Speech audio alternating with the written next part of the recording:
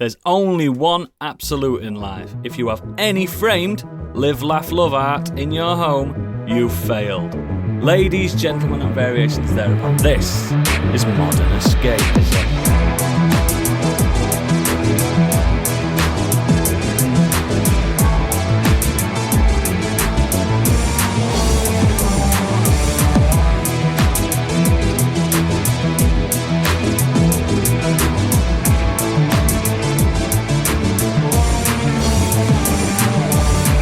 Hello and welcome to the show. My name is Oodles and I'm here to remind you not to forget to take your bins out. Take your bins out. Go. Mine's don't forget. till tomorrow. There you go. Don't forget. Joining me today. She once was barred from the corner shop for buying alcohol for the youths outside. It's Candy.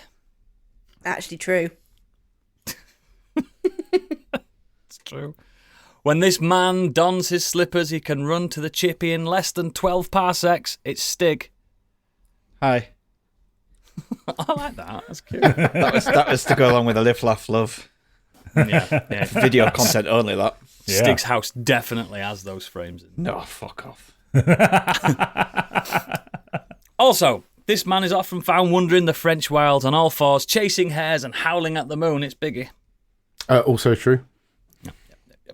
And finally, this man is currently in trouble with the social because he's been caught standing outside Waitrose with a white cane and his new dog pretending to be blind for quids. It's Gadget. Will you stop following me? Well, stop trying to cheat the system. I want to cheat the system.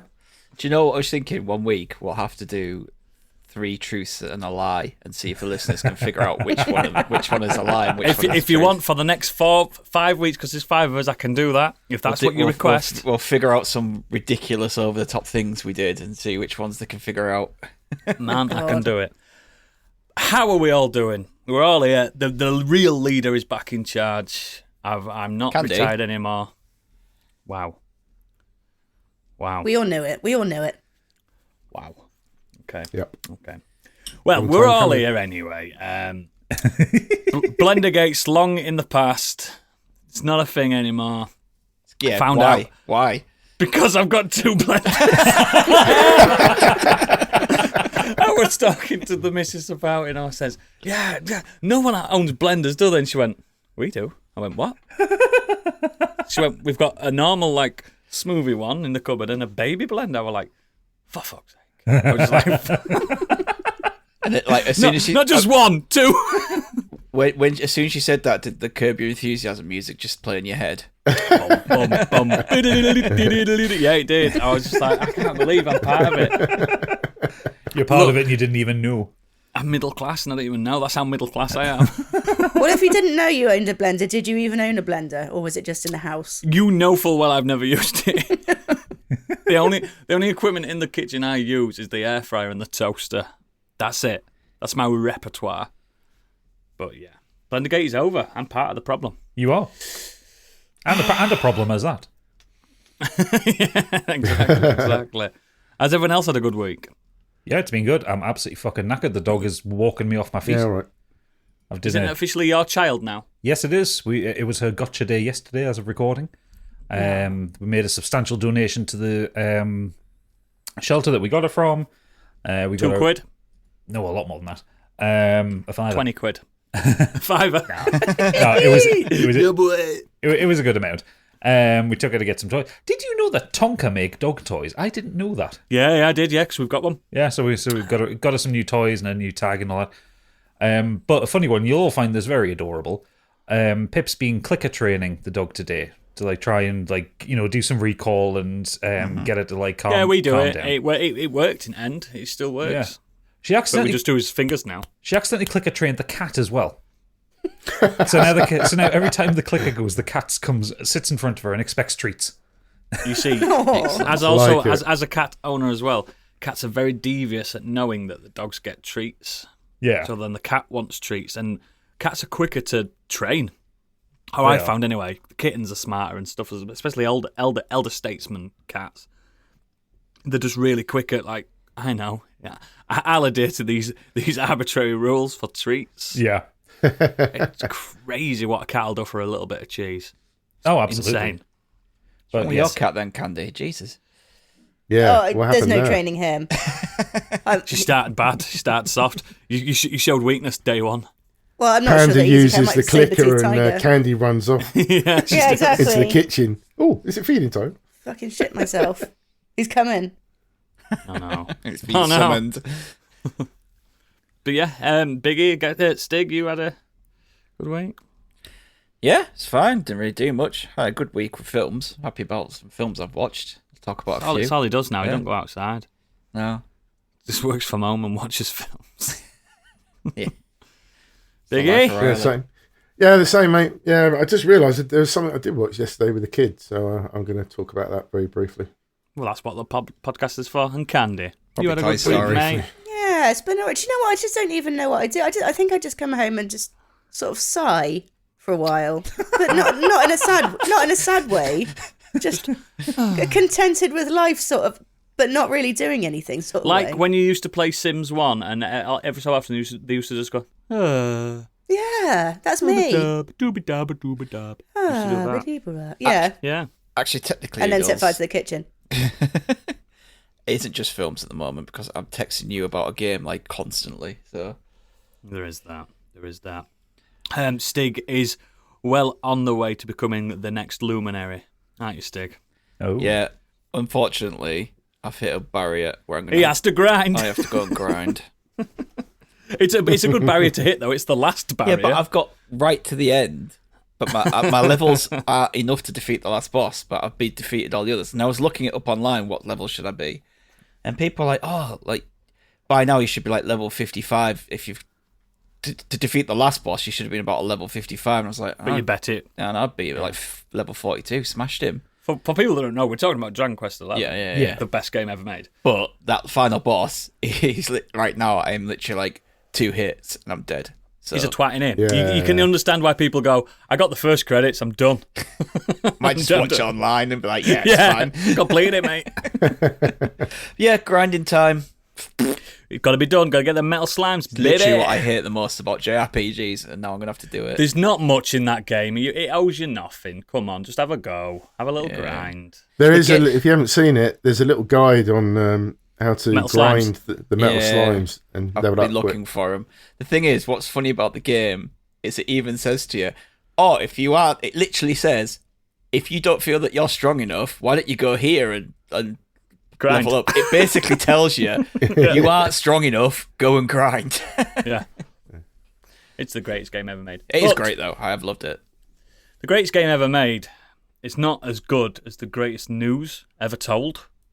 And it's time Nice. for you to tell that. It's Biggie's breaking news. You may already know, but he doesn't, because it's time for Biggie's Breaking News. Come to decide that the things that I tried were in my life just to get high on. When I sit alone, come get a little known, but I need more than myself this time. Step from the road to the sea to the sky, and I do believe that we rely on. When I lay it on, come get to play it on, all my life to sacrifice. News, oh, listen what I say, oh. I got your news, oh. Now listen what I say, oh. You've still not been beat yet, Stig, mate. I'm not having that. I don't have any red hot chili peppers. And he'd love that one. No chili peppers on my show. What a terrible, dull band. But expertly recreated by you, Biggie. Made better. Oh, Made thank you. better, clearly. Made better. Perfectly. I wonder if I can still play that on the guitar. I used to know Why how to play bother? s- Why bother? because it's a really hard If guitar. you want to line. hook up, Gadget, we can do this, you know. Yeah. Go on, Biggie. Take it away. There's lots happening, I'm sure. Hang on a second. Oh, he's fucking broke the news. He's killed the news. No, I had an important message come through. I was just responding. Every time. Yeah, first up, rumour. A new PlayStation handheld console reportedly in the works. A recent video from a YouTuber who I forgot to put their name here includes a segment on a new PlayStation handheld, nicknamed the Vita 2. Unlike the remote play-only PS Portal, this is supposed to be a new device that will be a dedicated portable console that can play games natively. The report states that the machine is in a high-level design phase, meaning it's in very early state. Could be at least 2 years out, and technically not actually greenlit for launch yet. The handheld will reportedly make use of a custom APU from AMD, and in a nutshell would be capable of running digital PS4 games natively. As for PS5 software, LMID says developers tell him it's plausible that games could be updated on a case-by-case basis to support the handheld with pro-like patches. This rumour has got about as much stock in it as every other handheld rumour. Every single dev team everywhere is making a handheld at some point. I think even we're on about making a handheld ourselves. Yeah, it's a handheld Biggie's News simulator.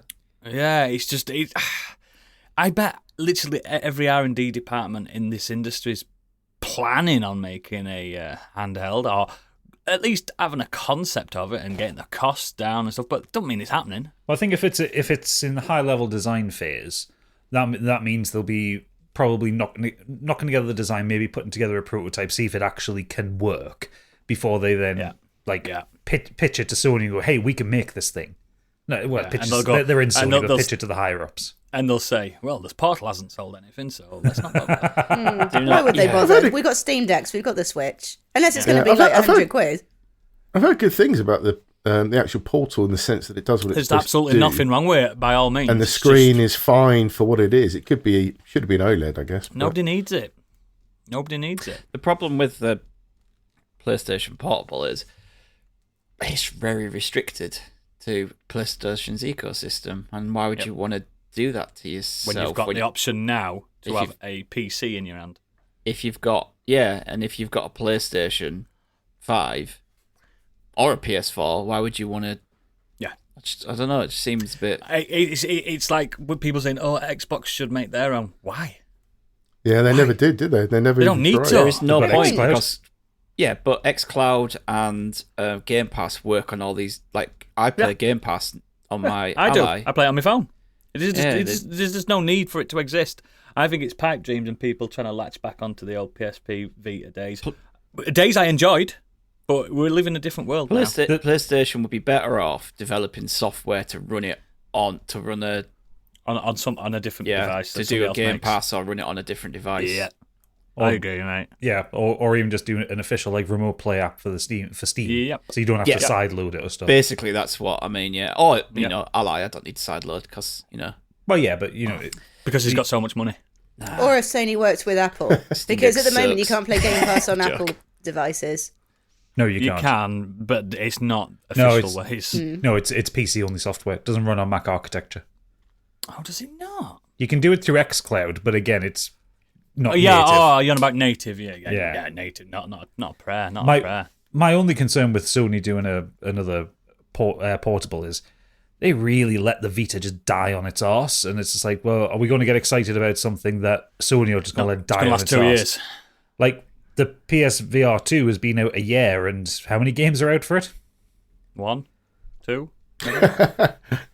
They just need to stop. Focus on your main console. They're already winning anyway. Yeah, focus on your main console. Focus on your winner. All your extra stuff. PSVR 2, it might look good, but it's just not. They just give up on it. They gave up on the Vita. They don't support it. It's a great machine. They just gave up on it. Yeah. Never mind. Next. Insomniac devs forced to speak out against social media abuse over the lack of Spider-Man 2 updates. Members of the Insomniac Games development team have been talking about the online abuse they received over the lack of these updates. The problem was first brought to light by Advanced Senior Community Manager Aaron Jason Espinoza, who tweeted, "Sending violent threats to game developers over game development things is childish and just plain fucking stupid." Director James Stevenson then picked up the post and added, "Don't do this. We know you want updates and info. We're working to get things to you as fast as we can, given the extraordinary circumstances our team has faced." And he's, of course, referencing the hack that the Insomniac had recently. 2 questions. 1, what are they updating? That's exactly what I was just thinking. It's been out 3 months. So I played that game and it was flawless. The next patch is to include New Game Plus, and like I played it twice, and some what do you call it? Quality of life things like being able to change the time of day or replay certain missions, that kind of thing. Is that really going to change that score of that game? So really nothing worth getting upset about. Basically, to yeah. give And the people second question is death what- threats for The that. second question is, why do they think We'll talk about this later. screaming at yeah, we will. Screaming at a dev is going to make that happen quicker. Yeah. The If you're the fuck is kind of wrong with person these that people? sits in front of your computer or your phone giving physical violent threats, you just get in the bin. I'd a like look to at see a yourself. picture of these people that are threatening them because I bet they don't look very intimidating. Do you know what? Go play something else.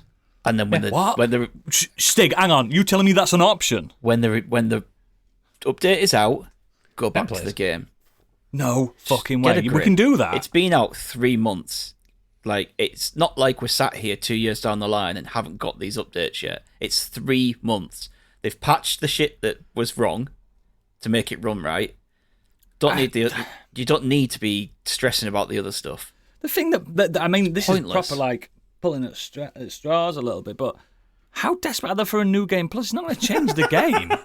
It's not a difficult game. It's not like I want to go through the game but be super powerful. It's not hard anyway. I Not going to platinumed it change in the ending fucking or anything, or like 14 hours. remix the enemies. It is a really easy game. Like It's this. super easy. My son's beat it. Yeah, he's it's- 10. I mean, he's a better gamer than you are. Well, that's yeah. Obviously, he's got more platinums than me at the moment. Ugh, kill him.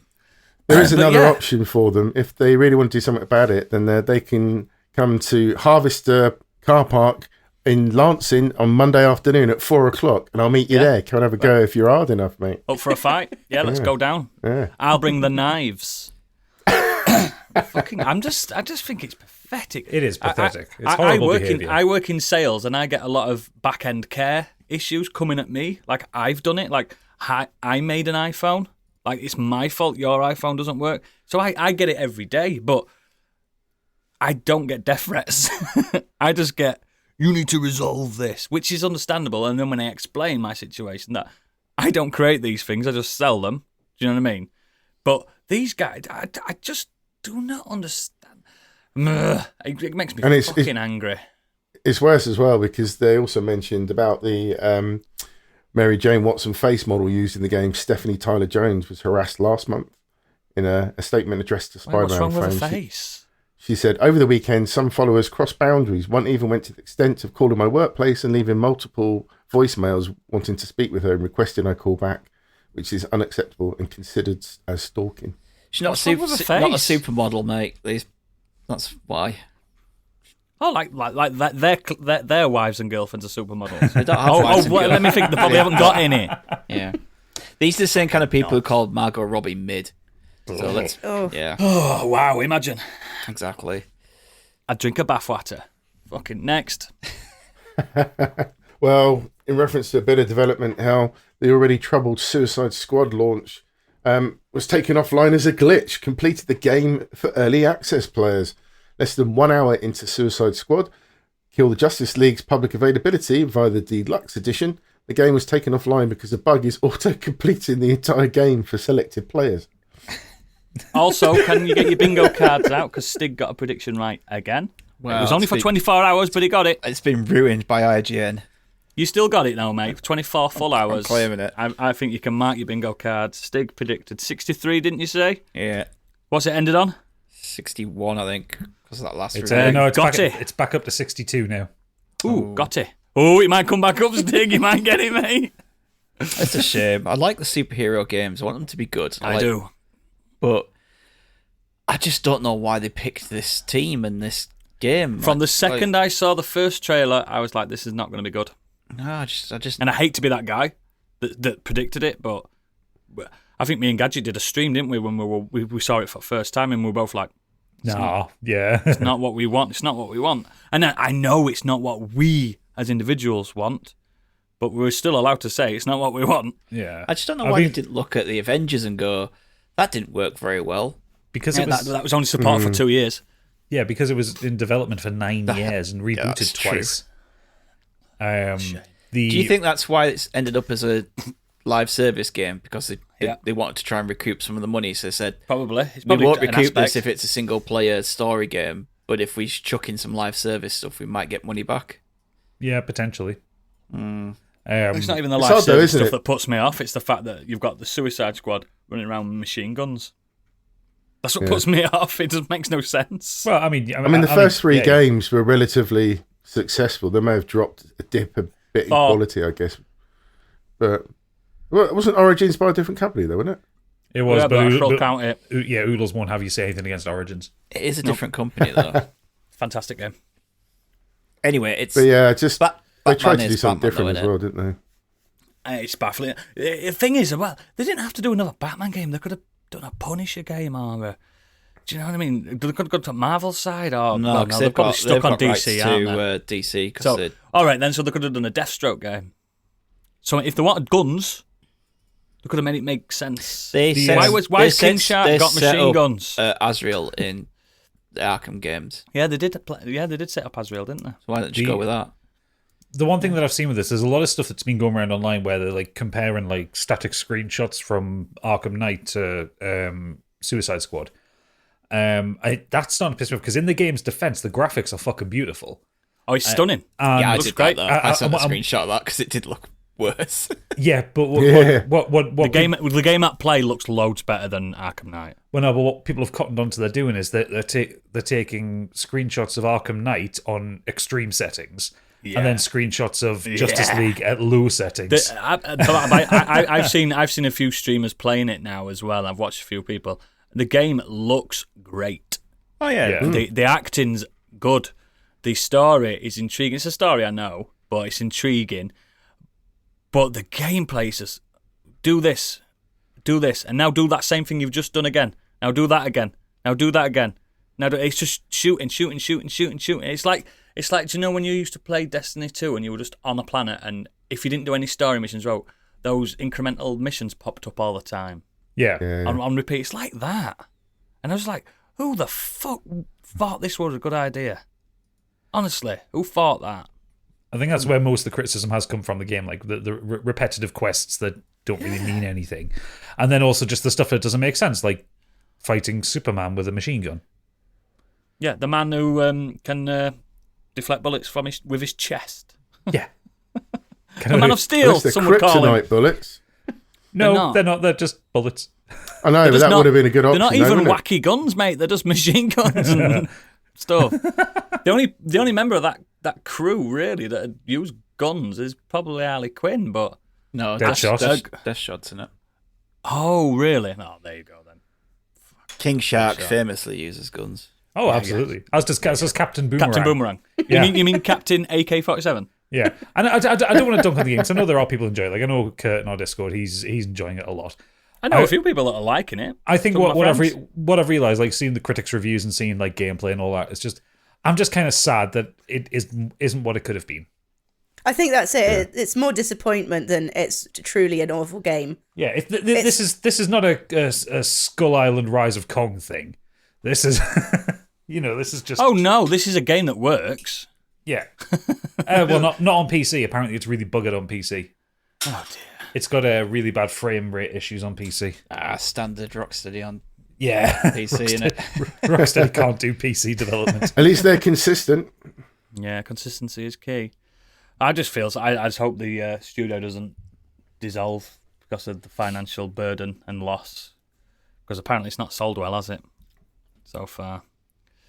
So, not looking good. But I hope they get through it and we finally get a Martian Manhunter game. That's what we need. Next. Next story is a bit sore for me because I'm a big fan of the game, but Embracer cancels Deus Ex game in development after 2 years. Eidos. Montreal confirms 97 jobs were also lost. The studio employs about 481 people as of 222. As reported by Bloomberg, the up-and-coming project had been in development at Eidos Montreal for about 2 years following its acquisition by Embracer. Decision to call an end to this project was part of the Swedish conglomerate's ongoing ridiculous, insulting restructuring and cost-cutting measures. Nah. So yeah, Embracer's done it again. Well done. It's every week, isn't it, this? It is. Yeah, but a lot of it's to do with Embracer. I think half of it. We said that event when they were buying them up. This is why I said it was bad that Microsoft are buying them up. I know Microsoft are in a way better state than everyone else, but when one company owns everyone, there's victims, isn't there? Yeah, but also people get destroyed. Microsoft have a different. huge... That's yeah, stupid money. Yeah, they have a huge war chest of money. Like, they're not going to go under any time. Yep. Don't forget, we sell PCs. Yeah. You know what I mean? Yeah, I get that. Don't forget, every computer in the world is based on us. Yeah. That's different. The problem with this one is Embracer are a investment group. So this is fucking Wall Street boys getting their hands on the gaming industry. Yeah. It's just really fucking 90 jobs.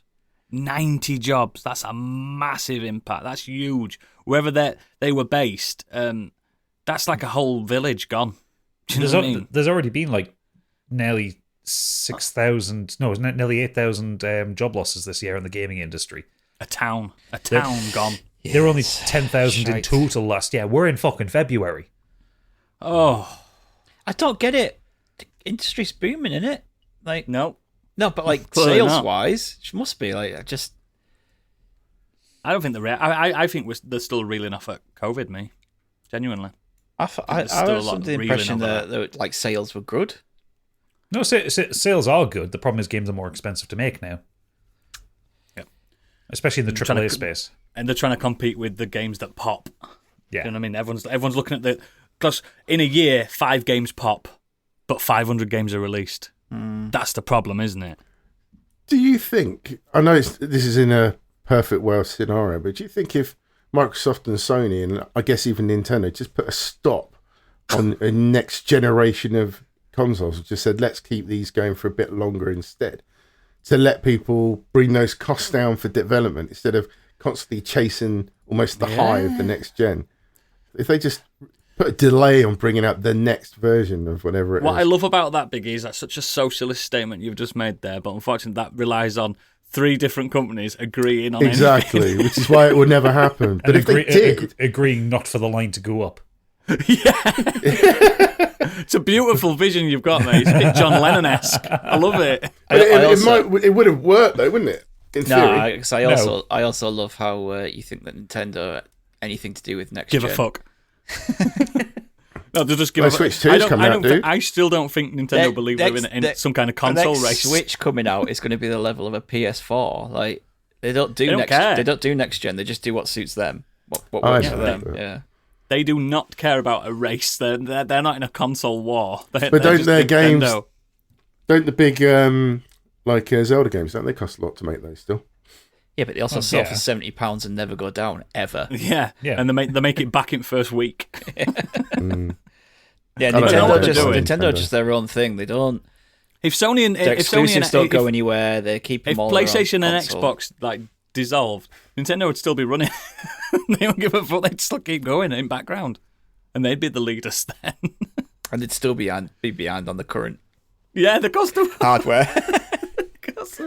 they live in their own fantasy world. Then people call it the big 3. It's not the big 3. It's the big 2 and Nintendo tagging along, just having a good time. They don't give a fuck. Well, They're if anyone stoned. out there wants to join me on a revolution, give me a bell. See what we can arrange. There you go. A rally. Biggie. Sign up, vote for I'm up. Biggie. I'm up for a rally. Let's do it. Bring it on. Next. Over to the world of film and TV. Oh, hang on, There you hang on, say it hang on, again. Biggie. Woo, woo, woo, woo, woo. What? Are you not going to talk about the PlayStation State of Play that was on this week that we live streamed? The massive news. I was waiting for Yes, this. go for it. I forgot to put that in. So yes. Oh, then I was in a rush tonight. Basically, Sorry. nobody I was in posted a it rush. in the He wasn't Discord there. room. He doesn't care. Right, Yeah. okay. So me and you will stream this, so we'll just rattle through what was announced very quickly. Dave the Diver is getting Thank you. Godzilla DLC, which looks hilarious. Bum, bum, for bum, bum, bum. And it was his boy as well. Dun, dun, dun. Yeah, it was old school Godzilla. Old school Toho. We got like a really good long look at Dragon's Dogma 2, which both Oodles and I were very excited for. Fuck me, it looks good. You can do crazy stuff like build an ice ramp and run up it. Yeah, It looks mental. like Fortnite. well, no, like I was your just magic, thinking that you could do that for Fortnite. So, your magic integrates bet with it's the really battlefield good. better. And Yeah. it just looks fantastic. the mood lighting on it looks amazing. The monsters look great. Yeah, it just looks great. Film Stars talked about the seasons that they're doing. We don't care about that. There was another trailer for Helldivers 2, which looks Starship Troopers-y still. Yeah.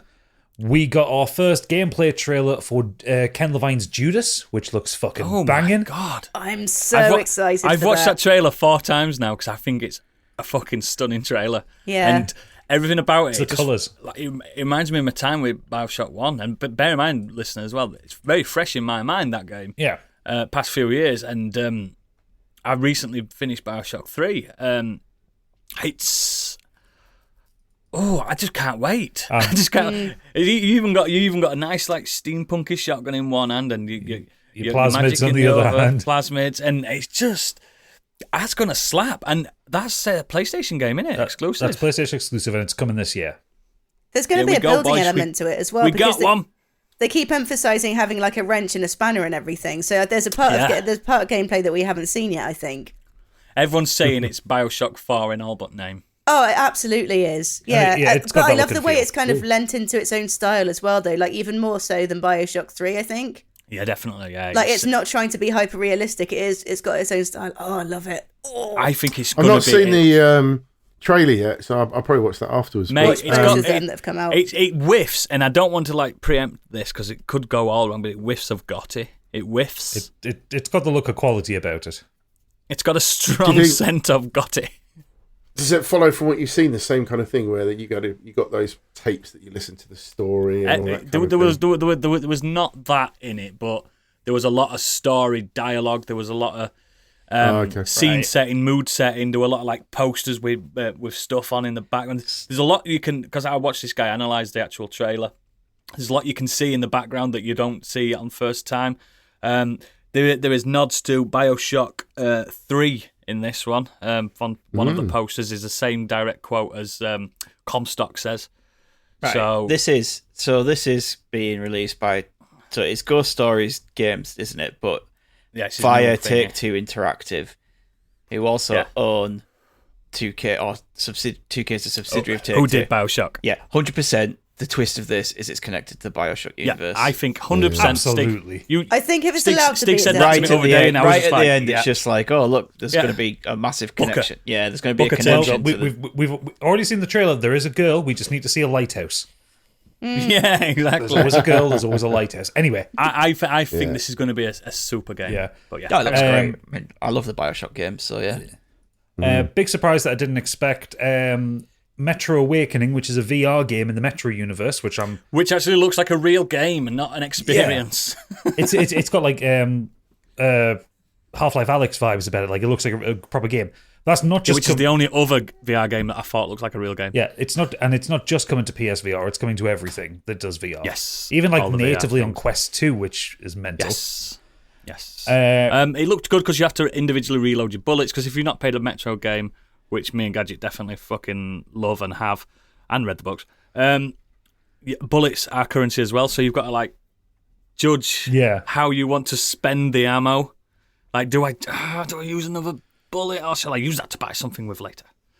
It's clever. One that excited both me and Oodles. We got an extended gameplay trailer of Rise of the Ronin. Oh, it looks so good. That looks good.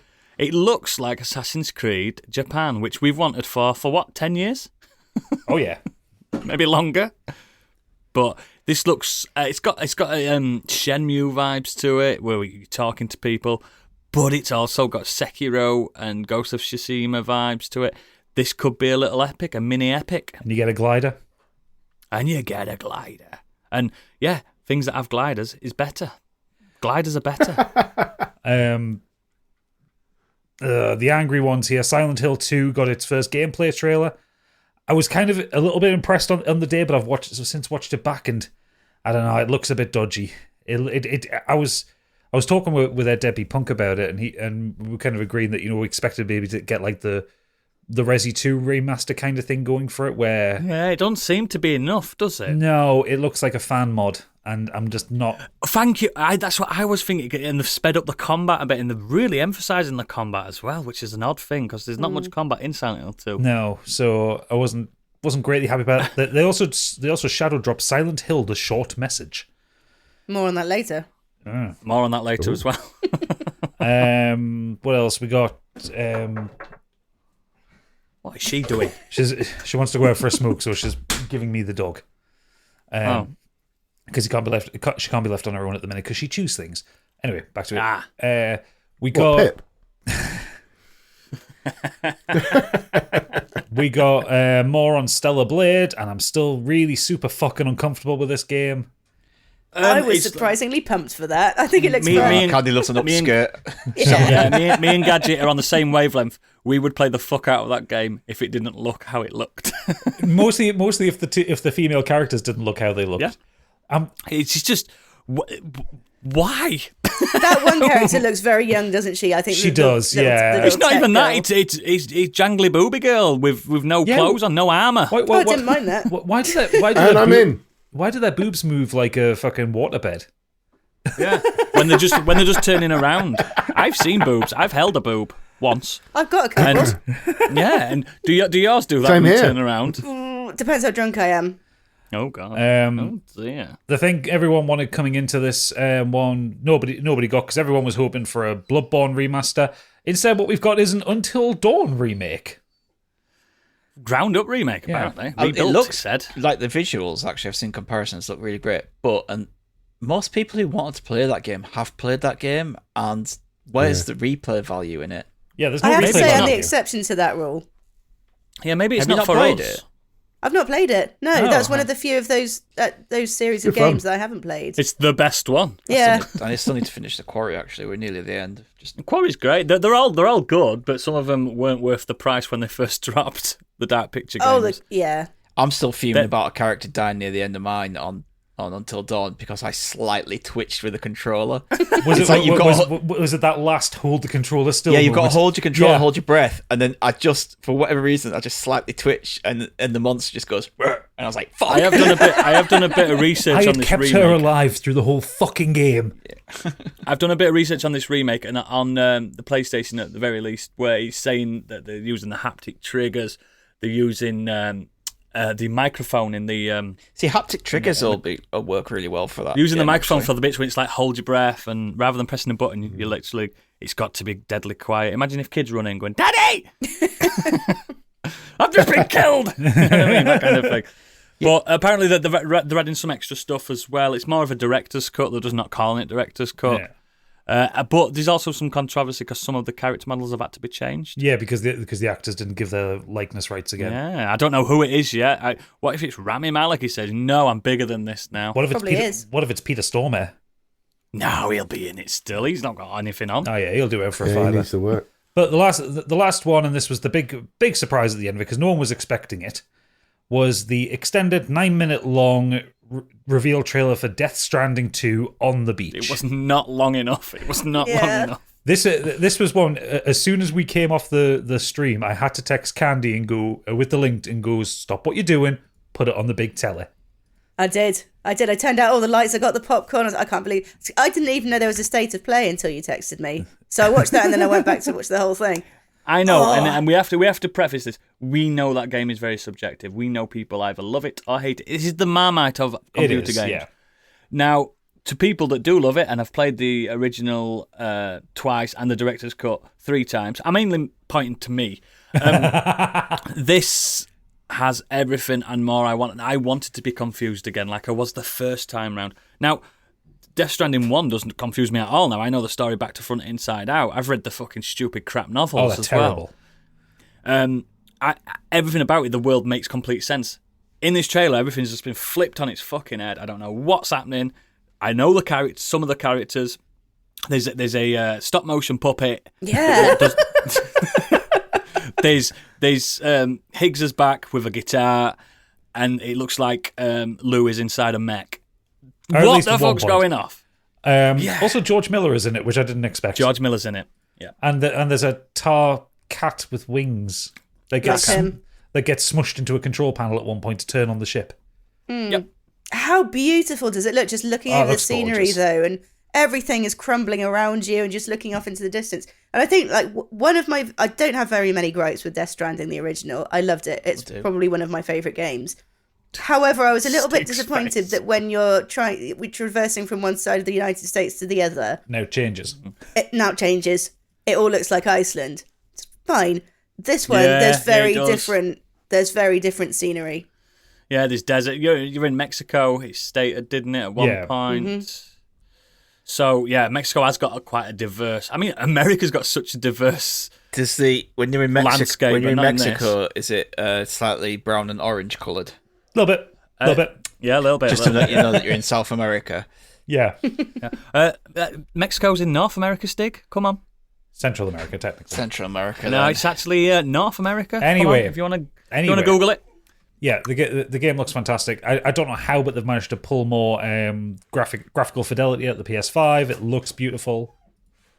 It's just this is also I just cannot wait. Take your time. Yeah. So I don't give a fuck. It looks amazing. So yeah, But that was the big thing. We got that secret announcement afterwards where There's a Final Kojima Fantasy. is working on yeah. Kojima is working on a stealth espionage action espionage game. We've got to with a wait strange name. 2 years. I forgot the name of it now. No, it didn't give a name for it. It did. It was on the poster, wasn't it? Wasn't it Finity or Fizzinity or something? Yeah, Finity? Fizzint. Oh yeah, Fizzant. Yeah, but that's not necessarily the name of the game. I thought it was. No, Or is it a working title? no. Well, Fizzant is physical intelligence. Oh, is it? Yeah, Oh, well, that makes sense. it's a method of intelligence gathering. So it'll be a clue to something, Yeah, but definitely. that's not It'll going to be mean the title for something. the game. So But he's also said the problem with that though is said it's not just a game, which I'm like, fuck's sake. Can it just be a game? Can it just be a game? So I want to be in your head. That's one for each. That's one for Xbox and one for PlayStation, isn't it? Because he's doing he's got OD overdose. he's got OD for the Xbox. Yeah, the OD on it. He said that's an experience, an interactive experience, didn't Yeah, film he? And slash. he said- yeah. What is he trying to do? What is he trying to do with that? I boy? don't know, but I don't. That care. man's I'm fucking 60 pumped years for old. it He needs anyway. to stop. He needs He's to decreasing stop. in age as well. I don't know if anyone's noticed. How is that man almost 60? It's because he wears clothes that my son wears. That's why. He's a fashion icon. Anyway, yeah, I bet he's got a gamer bed. Oh, absolutely. Yeah, for him and Jeff. But yeah, that was the state of play that Biggie didn't put into the news. Which was an incredible one, I think. I think it had everything that I needed from PlayStation. Made me feel good. Made me feel happy. Next. Oh, your poor dog's so sad. I can hear him. I know. I'm gonna log off for a second and just try and calm her down. Just carry on without me. Shaker. Next. Out to the world of film and TV. Dare you say it again? Beetlejuice is the official Don't say title. it again. And it will be out officially in theatres September 6th. How clever is that title? Oh, title's great. It's brilliant. Such a clever title. If you know the film, you know what it means. It's better than two Beetlejuice. Do you know what I mean? It's fucking great. It's great. I'm surprisingly looking forward to it because I think that's one of my favourite of his oeuvre. And probably some of the best work Michael Keaton's ever done. It's because of Keaton. He's so fun to watch as Beetlejuice. And there's just not enough Beetlejuice in the original Beetlejuice. Do you know movie how either. good he is as Beetlejuice in the original? I didn't know he was the same guy that played Batman Yeah. when I was younger. You could not tell. Now I can. I'm like, fucking hell, there he is. Do you know what I mean? But when I was a I kid, haven't watched it for a long time. Holds up. so Holds Watched it up. a couple Yeah, of years I ago with don't- Amelia. I don't feel bothered about the movie. I'm not interested in the sequel, I guess. But we'll see. Well, you I don't think it'd be deserve it. fun. You're It's not got a going cult for not following, letting hasn't you. it? I didn't ask for it. I think it's up there with the classics back of its time. Yeah, I'm definitely looking forward to Beetlejuice, and I like that. Have you seen on Twitter that the hashtag is #Beetlejuice? That's clever. Next. Here's one that came out of nowhere. Anna Barnard, Hayley Atwell, Jack Lowden joined Duncan Jones' science fiction movie Rogue Trooper, which is based on the old 2000 AD comic. The blue guy. They haven't just joined it. It's filmed and it's in post production. It's all done. Oh. Oh, wow. They cool. literally released all the Awesome. information after the film was finished filming. And Oh, right. So they actually. it's like they've done it on right. the stealth filming. Yeah, it's animated Yeah. as well, so that's probably why it's. I remember really liking Rogue Troop. I've not read all the runs or anything like that, but I remember. Oh, it's a great liking it. story.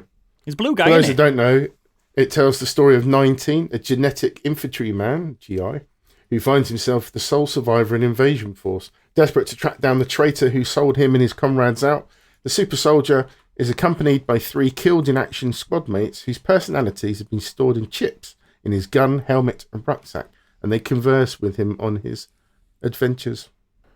Yeah, I remember liking Dredd more, but I also... Dredd was the standout. I liked Rogue Trooper. So I'm up for this, and it's nice to see some more 2000 AD getting repped up. You know what I mean? Bring it on. There's a good back catalogue in that company. So yeah. Who's that bounty hunter character? That bigger one as well. Lobo. No, in 2000 AD. I can't think of the.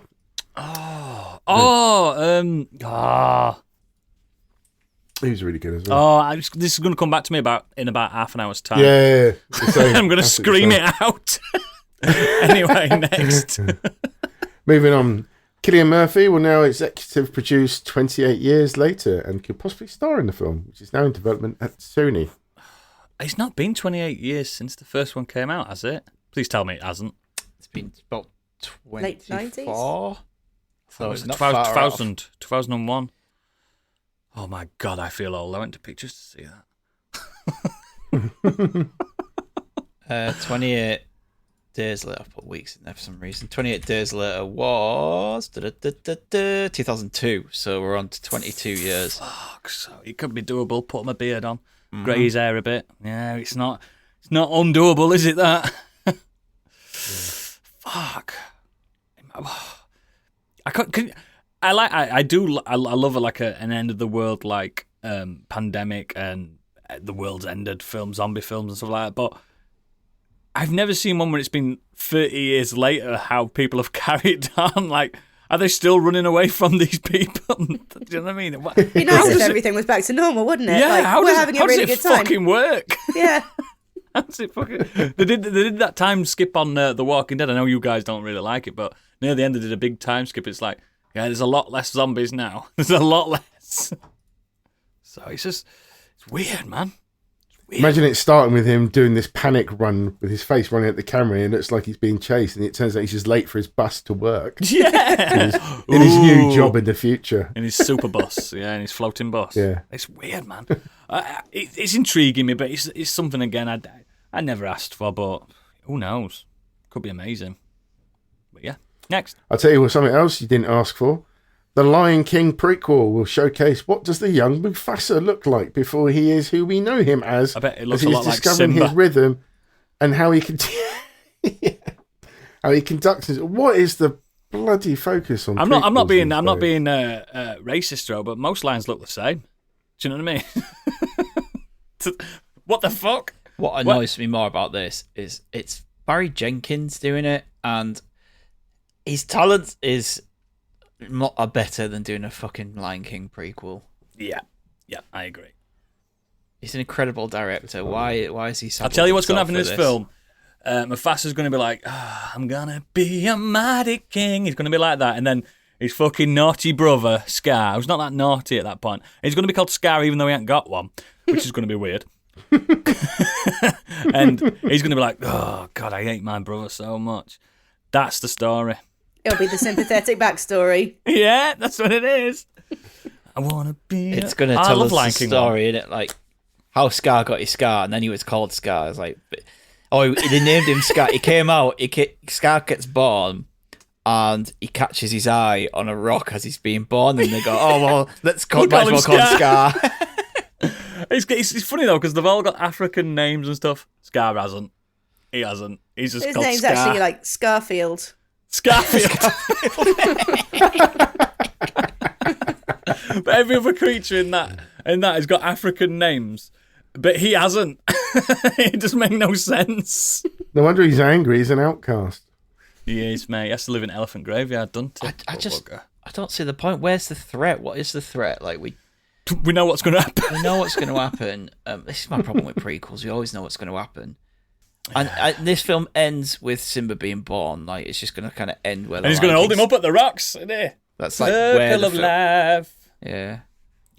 Or his mum turning around and going, "We have more mouths to look forward to feed now," and rubs the belly, and then it ends. Yeah.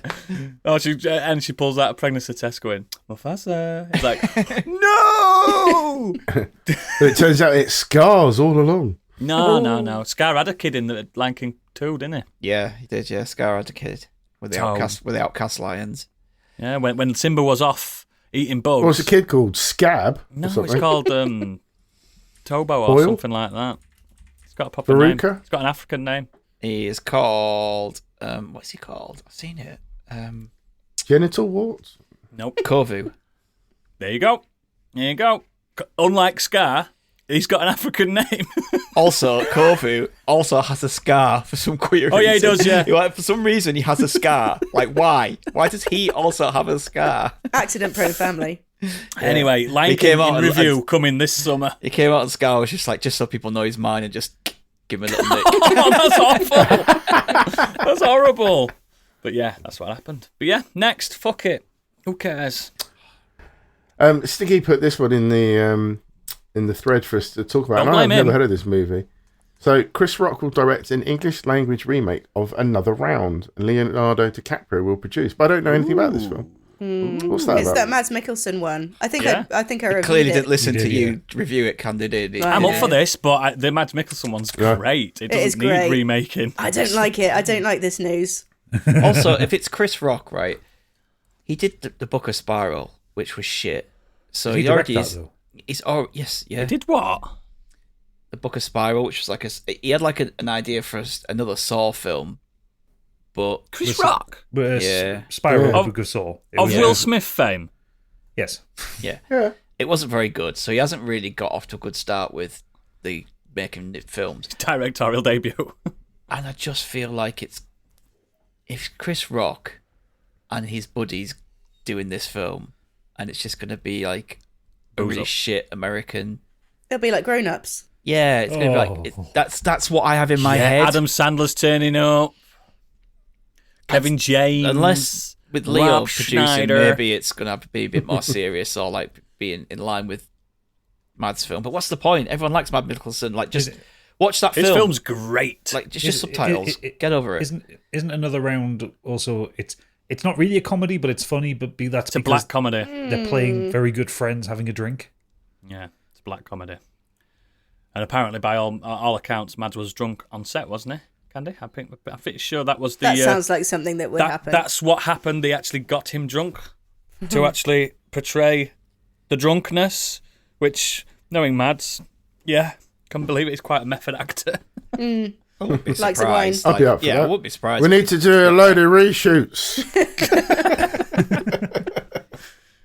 But whatever, Chris Rock. Just don't piss anyone else off, because you'll get slap. Next. Over to the world of DC. Millie Alcock has been cast as Supergirl in the DCU.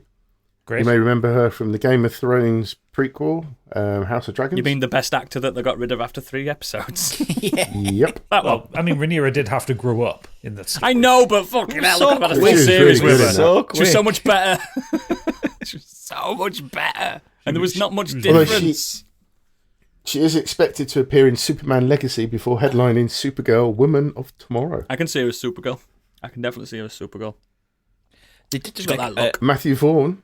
a really great. Oh, Matthew Vaughn's doing well at the moment. Well, yeah, he dropped another little tidbit as he's interested in the Superman Red Sun adaptation with Henry Cavill back as Superman. As Russian Superman. Henry Cavill doesn't look Russian. First, I know you can't look Russian, but he doesn't. on the Millie Alcock news, that's great casting, and they made a great point in the Empire podcast where they said that she's managed to get the fame from the Game of Thrones series, but not be tied down to it, which is kind of Yeah. an advantage of that. She's her being out in of that it, isn't first she? half of the series, and now she's getting these big roles. 2, I don't want to see Red Sun. I don't like the animated version. I think it's terrible. It doesn't make It's any sense. not a very good comic book either, mate. I don't like it, and Nope. it makes no sense. Why just because Superman grew up in Russia is Batman now Russian? Like, Batman didn't grow up in Russia. Bruce Wayne is still American. It's not just that, mate. The whole Justice League are Russian. They're all Russian, but that, like, the whole point is Boris is- Winsky. Yeah, but the whole point, is that Superman grew up in Russia. He landed on that side of the Iron Curtain. Like, It's an interesting concept for a story. It is an interesting It's an concept. interesting but none of concept, the but other it doesn't necessarily mean because American Yeah. writers wrote it. It doesn't necessarily mean he would be a baddie. Do you know what I mean? Just because it's Russian side, don't mean he's a baddie. Yeah, But that's how they portrayed him, as a baddie, because he's on the Reds. But it does. I was watching it and I just thought, why is everyone else Russian? Like, this isn't a what if Superman was Russian. This is a what if everyone was Russian. Like, I didn't like it. It makes no sense, does it? Also, just let's move on from Henry Cavill. Come on. Yeah, Candy, get a grip. Sorry. No, I mean, just as Superman, like, the longer they keep trying to push his name out, the more the Snyder Bros get the panties in a twist. Like, it's done. No, but let's move I think on. the more Henry Cavill's probably going to be like, I'm fed up with this role. I'm doing Argyle now. Even though that's not gone down very well. No. I wish he'd just come out and be like, it's done. Please just stop. Yeah, I am not Superman Yeah. or Geralt. I am Warhammer Man. That's who he is. Next. Well, weirdly, Kevin Conroy will also reprise his role as Batman one final time, as he recorded voice lines as Batman in Batman the Animated Series for Crisis on Infinite Earth 3, because he sadly passed away November the 10th, 2022. I was about to say, how? So I don't understand this headline. Does that mean they're just taking voice lines from Batman the Animated Series, or did he record the role? Yeah, actually, Well, what's I think happening, it was happening, the don't I you? think he recorded. recorded the role. And then You know what's going to happen, don't you? AI. Nah. That's what I was going to say. AI. It's going to happen. Oh, hang on. Batman Cape Crusader co-creator Bruce Timm stated Kevin Conroy did not actually record lines for the upcoming animated series. I have no idea if the Crisis part of IGN's supposed scoop is true or not, but Kevin Conroy did not record a voice for Cape Crusader, so he didn't record it for that show. Whether They're going to steal it from something else. no one knows if he. I am the That's not knight. good. They still claim, like IGN still claim that he did do it for Crisis on Infinite Earth 3, but no one actually knows for sure. Also, So it's speaking going of to be that, AI. Speaking of that, everyone who's moaning about the fact that Kevin Conroy's last Batman is in the Suicide Squad game and it's tarnished his legacy. It's not tarnished his legacy for one thing. It's not taking the piss. He signed up to do that. Come on, just remember that at the end of the day. He was Wasn't happy. forced. Yeah, he was happy to do that. Like, Yeah, I agree, mate. and he will have known that he was ill at the time when he recorded that. He's also recorded that very story before anyway. So just I know our listeners probably aren't the kind of people that get the, Oh, I think they are. het up about that, but I think they are. I've just seen people moaning about it, and I'm just thinking, he made that choice to record that, so he was clearly He happy. knew the script. If He knew the script. if he didn't like that, it had just been passed on to a different Batman voice actor. Yeah. Next. This Prosecco's going down well, by the way. Kerrang! TV I axed thought you'd fallen over there. Channel 4. I mean, he is the only person Yes. to correctly pronounce Kerrang ever. It is Kerrang! Because it's got an exclamation mark, hasn't it? Yeah. Launched in 2001, the video channel provided a rare national TV outlet for heavy rock, helping to popularise the emo and new metal scenes among a young R.I.P. audience. However, Just a Channel 4 face, said it was was it shut stick? the UK's #1 rock channel, along with other music, video, and blah, blah, blah. There's other stuff being cut, but yeah, that was pretty much the Have big they, have they got rid of the magazine? No, they're just axing the channel. The magazine still carries on. But, This news story baffled. I didn't know there were still music channels on telly. no, there are. Who the fuck's watching that? I don't They're know. also getting rid of Kiss and Magic as well. Oh no! Kids, kids might still be coming home from school and whacking a music channel. There's absolutely no way kids not coming I home know. from school and whacking YouTube on. It's an inevitability, but it's also a really sad thing because, like, I liked Kerrang. like steak, like oodles, probably like candy as well. Kerrang TV it Shaped us. It shaped us as kids because As Grebos. yeah, like without Kerrang TV, I would have never discovered like Papa Roach and Linkin Park, Linkin Park. even Blink 182. I sent a TikTok to Stig the other day, like just covering like just the breadth of the kind of music videos that we saw on there, like Avenged Sevenfold, Evanescence, Sum 41. What Kerrang all was these good things. for as well is it made bands make really good music videos. Yeah, Yeah. Because I which is remember not when- really what they do anymore, is it? You don't see mega music videos anymore. I remember when Korn released Here to Stay, and Kerrang played it, I think, from like 10 o'clock, because it was the X-rated version they were showing. Yeah. They played it from like 10 o'clock at night till 2 o'clock in the morning, just on repeat. I watched the entire thing. I just watched it over and over again. Freak on a Leash is a great one as well. Oh, yeah. Oh, it was good, yeah. With a bullet. Yeah. Yeah, the first time I saw new metal was, I went to my friend's house, they had Sky. He went, look at this channel. He put Kerrang on. First song that came on, Limp Bizkit, Rolling, and I was in. Yeah. I was in. I'm like, this is me now. Was it channel 685 on Sky? I always remember that. Something like that, yeah. And it was definitely in the sixes. Yeah, just every day come home from school, whack it on, and it was always the request show. I mean, there wasn't a host or anything. It was just like they had the text numbers along the bottom that you like ring up and ask for the song you want. And it always got the same 10 songs in that hour, but I didn't care. It was fucking great. Yeah. I used to call them up after 9 when they did the X-rated ones and always request Amen. I'd never play it. Maybe once a week if I was lucky. I did it and it got through once. I wanted what was it now? Fucking Schism. Yeah, Tool. Oh, yeah. Yeah, Tool. And then they put it on and it was like, it had my name underneath. I was like, So they used to play like older stuff as well. It wasn't just like the new like naughty stuff. Like, I remember them playing Faith No More and they played some old they did Mud, like Epic. old They played Epic Mudvayne all the stuff. time, didn't they? Yeah, Epic was on all the time. Mudvayne were always on Yeah. Lightning. And that's when you got, I mean, they're a bit of a tarnished band now, but we got Rammstein. We got them. Yeah. Proper, like, because they had some mega music The videos. Sonna music video, I remember. So good. It's a shame, right? I I don't know why they couldn't turn it to a YouTube channel. Probably is. I think it's because the record labels have the rights to the videos, so I'm sure someone will put like playlists up. Did anyone else ever just switch to Scuzz when there was a song on Kerrang you didn't Scuzz like? was a bit more... Bit more Scuzz had a bit metally, more, wasn't he? Yeah, it had more deathcore on it. It had more deathcore and back had more then, like punk I and wasn't hardcore. into I wasn't into the hardcore scene back then when I was a young teenager. But now, if I was the age I am now, back then, I'd have been all over Scuzz. Yeah, but it gave you That the was Mental Hammer alternative. Channel, though, wasn't it? MTV2 was good as well because you got your Zane Lowe interviews and stuff. Yeah. Oh, yeah. VH1, Black Hole Sun on VH1 repeat. Black Hole Sun on repeat. VH1 sometimes had like a metal hour, didn't they? Well, they had a classic rock hour which had some bangers on it. Yeah, Scorpions, Bon Jovi. It's a sad time, but It is a Biggie, sad can you remember one. when MTV started? Probably. No, I was a big fan of Yo MTV Raps because in the UK it was really hard to get hold of American it was a hip hop. nightmare, So yeah. you either had Radio 1 when you had like, unfortunately, that man that used to present on Radio 1. Yeah, Big Dog. His show was actually very good for promoting UK and American Tom hip-hop. Eastplank. But it was MTV Raps, basically. That was your only That's the access episode to- title. What did you say? I said Tom Tom Eastplank. Eastplank. Love it. But yeah, a it big was boy.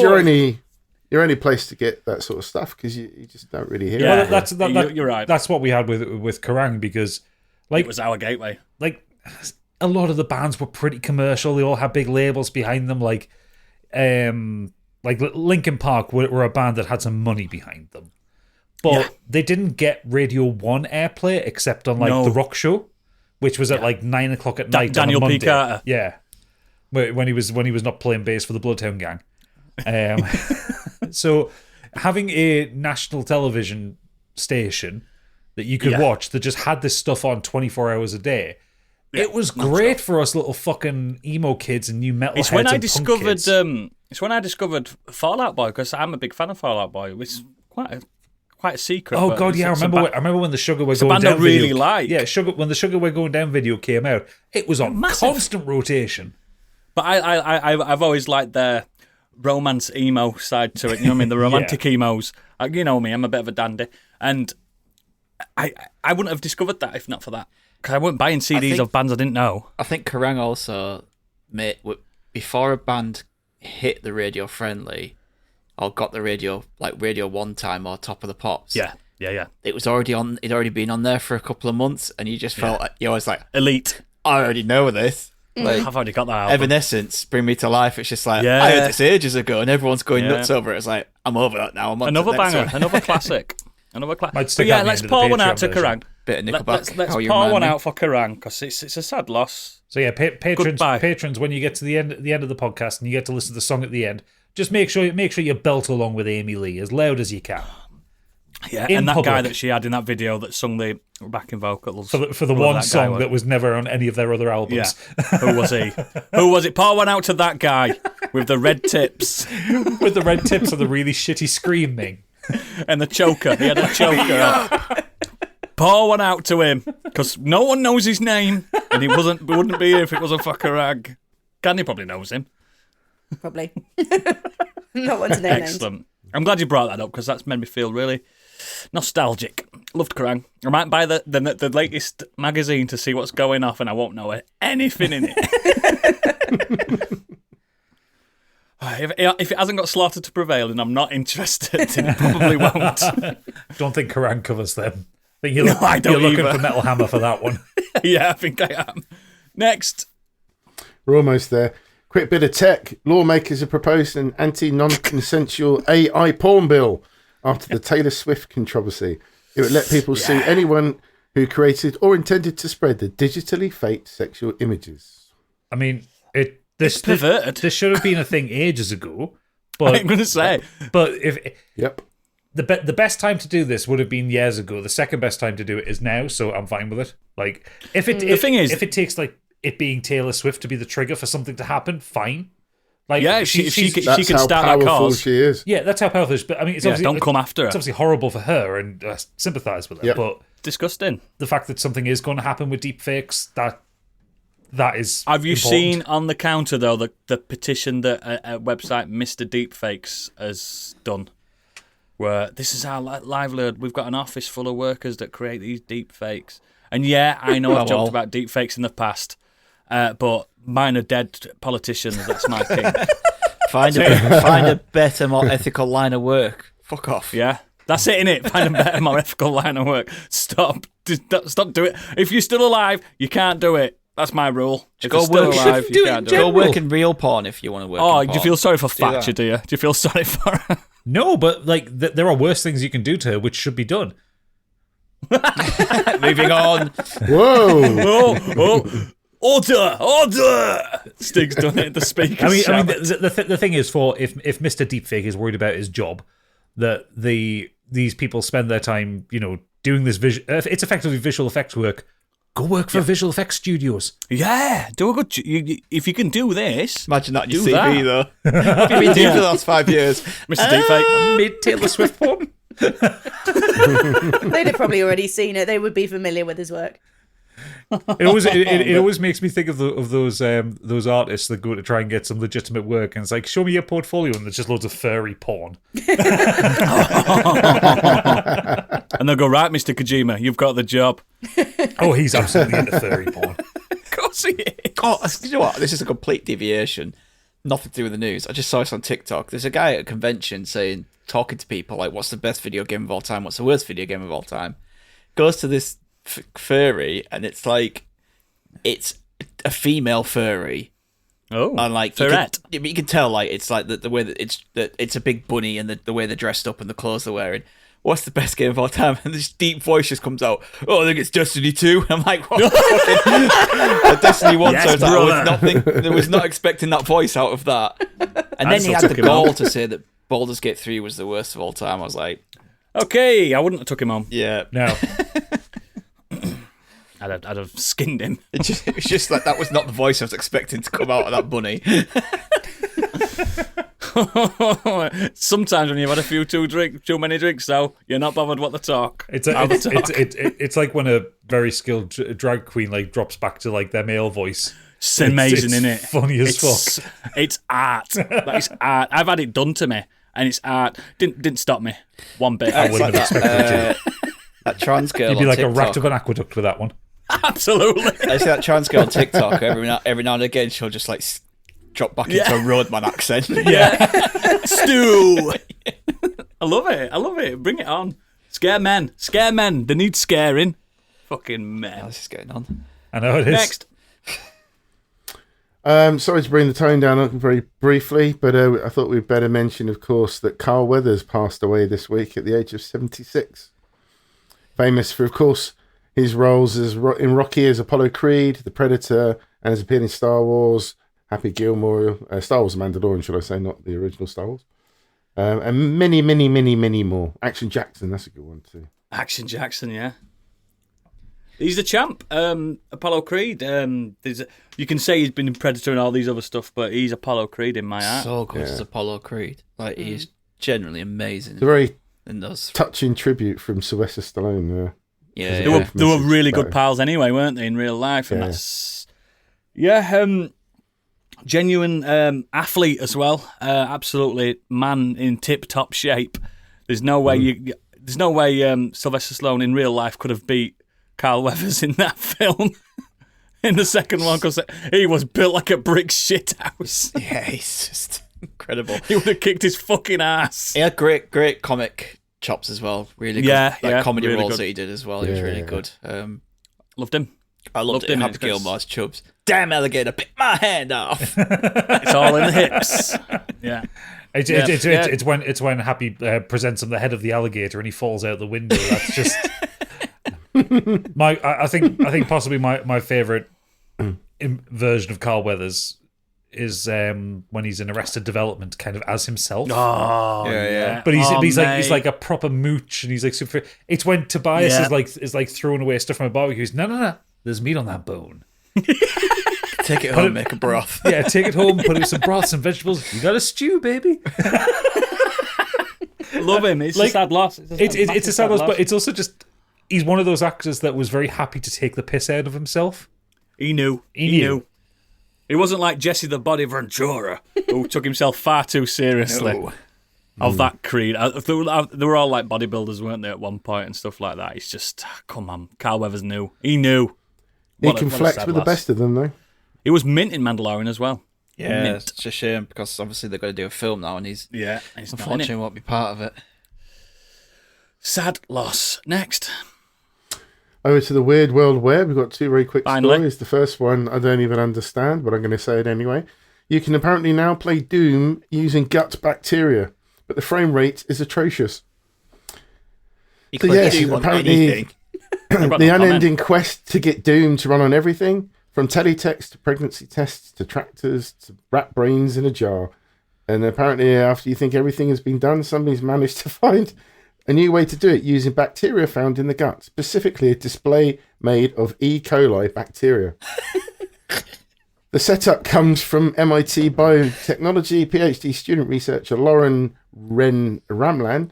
Managed to use a 32 by 48 1-bit display made up of E. coli cells, with each cell effectively serving as an individual pixel by lighting them up as required using a fluorescent protein. Isn't it the same like technology as plasma? You know, for plasma TVs, that's a living thing, isn't it? Plasma. No, you're thinking of OLED. OLED, sorry, yeah. Organic LEDs.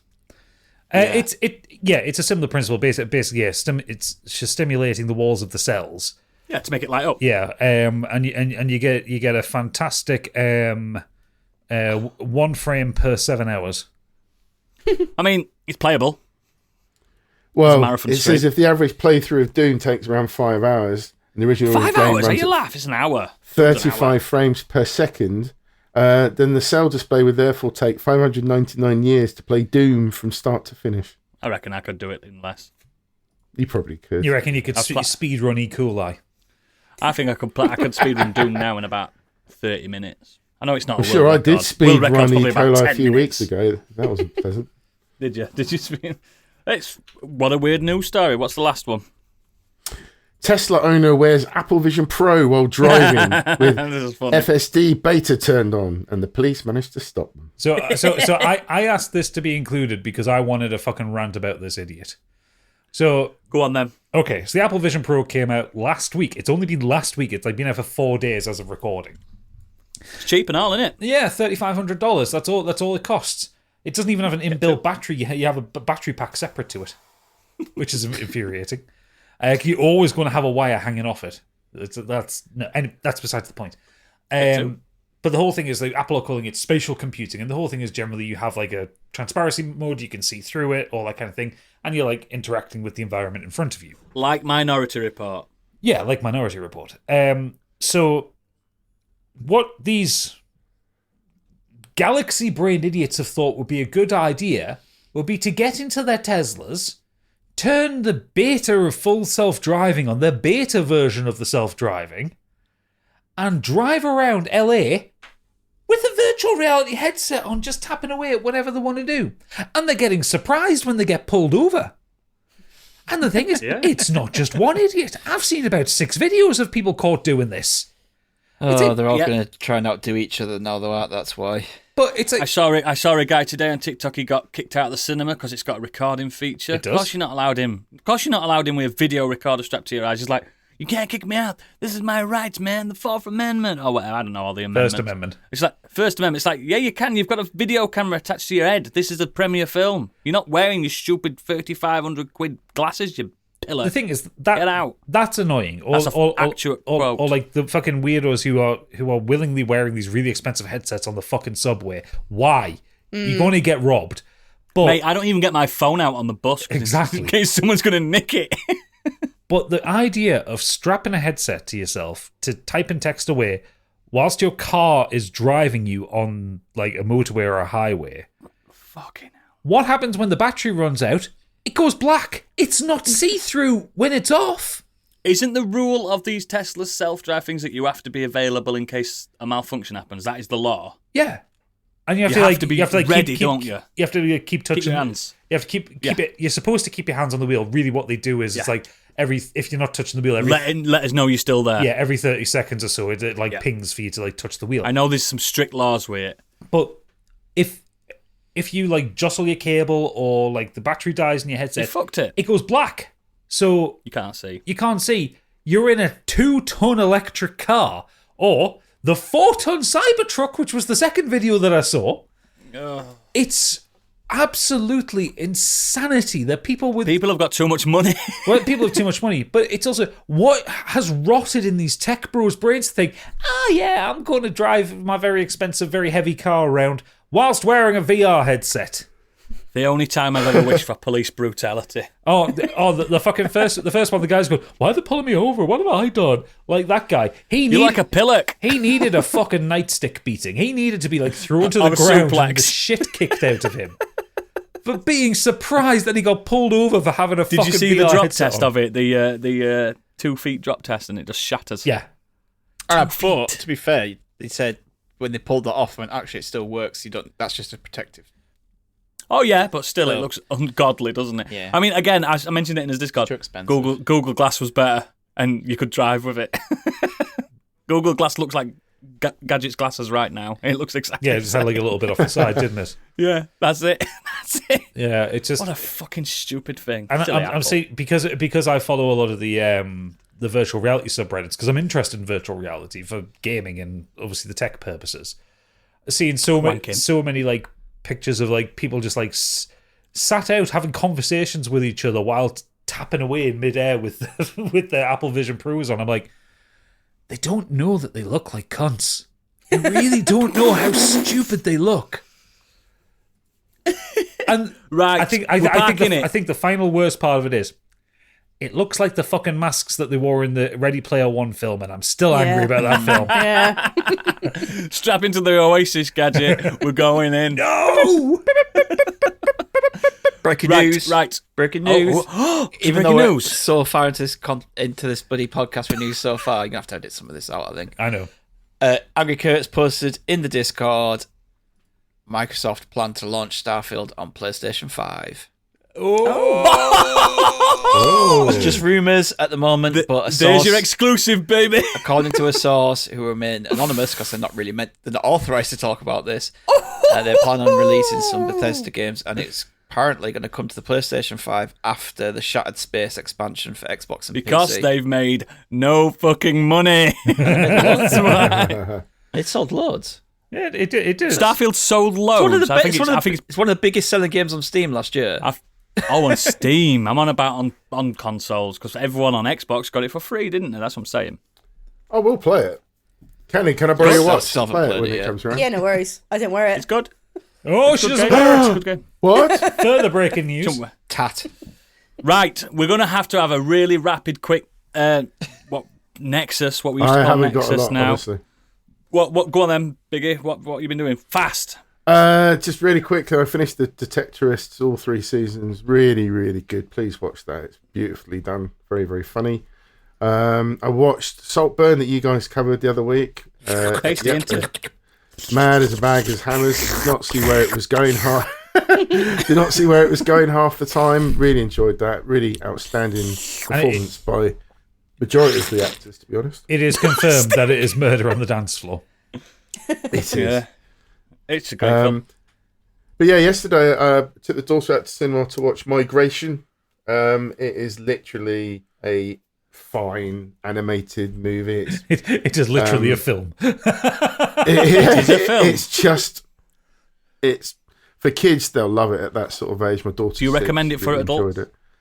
No, it hasn't got a decent plot. It's not very exciting. It's got a heist in there that isn't exciting. It's just absolutely fine entertainment for your kids for half term, but don't expect anything for an adult point of view. There isn't an awful lot to laugh at. Sometimes we have to make these sacrifices. I did take my daughter to see the Nutcracker, Barbie Nutcracker. Ooh. Not very good, but she loved Yeah. it. Kids are all entertained. In fact, lots of kids clapped at the end of the movie, which is quite funny. But yeah, Lots of adults clapped when I watched Endgame, mate. Don't worry about that.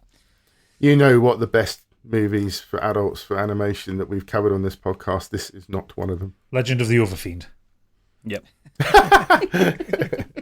Yeah, don't take the I kids can't to get that enough of one. I can't agree more, Gadget. Can't agree more.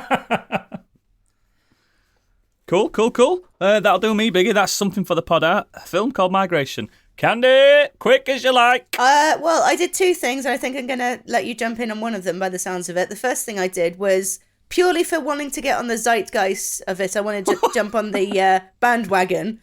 Okay. I dipped my toe into Palworld, and then I do want to know about this. then I dipped it back out again because it's going to be a game that it would be so addictive for my particular. Like, it scratches that part of my brain. Yeah. A lot of people have told me this. Like, someone told me, if you got on this Oodles, we wouldn't see you for a very long time. I love building things, and this is like the building simulator. And there's cute. I like turning things into slaves. So, So you'd love it. You'd absolutely love it. you should see me on Lemmings, mate. Andy, did you get into all the building stuff in like Fallout 4? Yeah, that was she me. did. I was the Platinum person that that. liked that. You should see her several houses in ESO.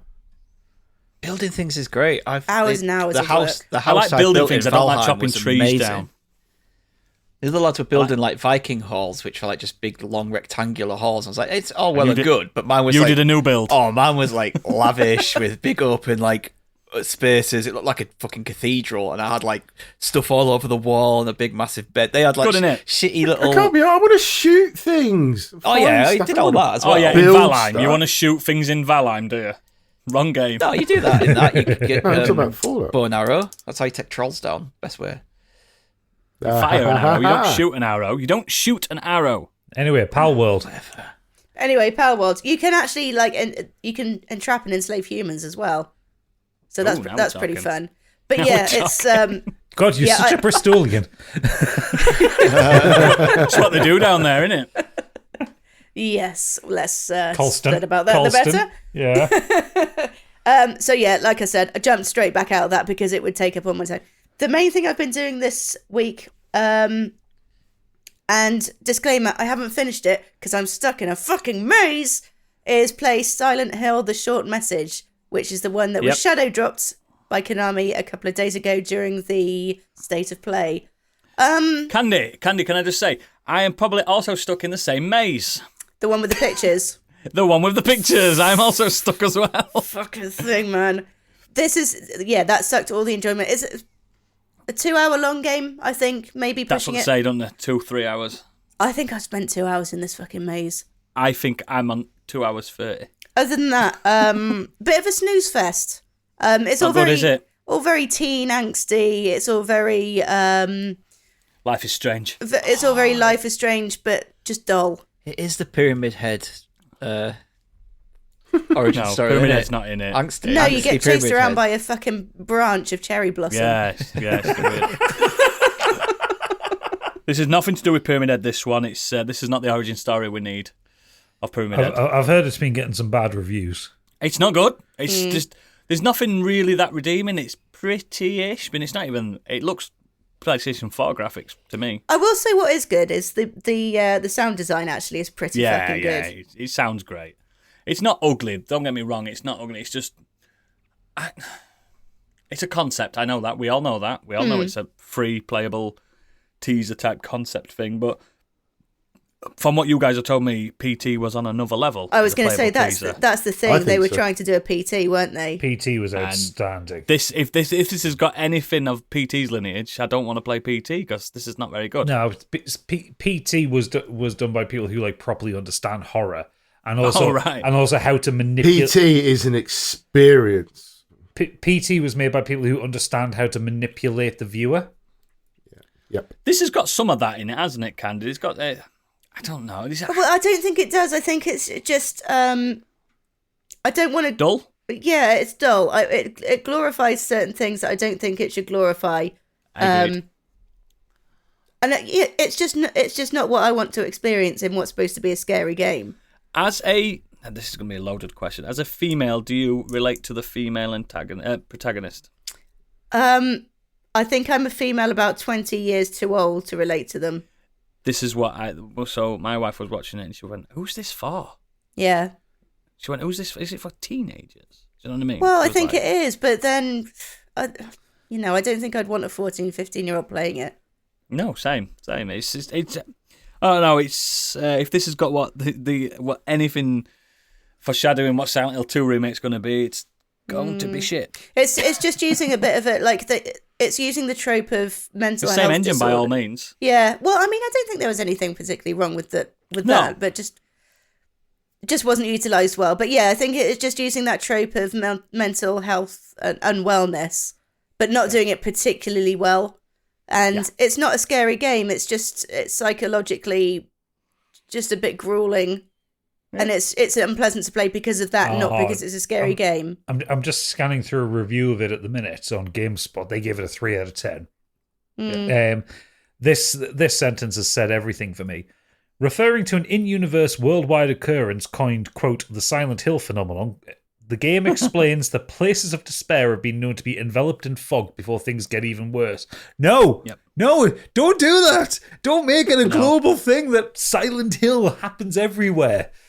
No, it does mention that Silent Hill syndrome. Silent syndrome.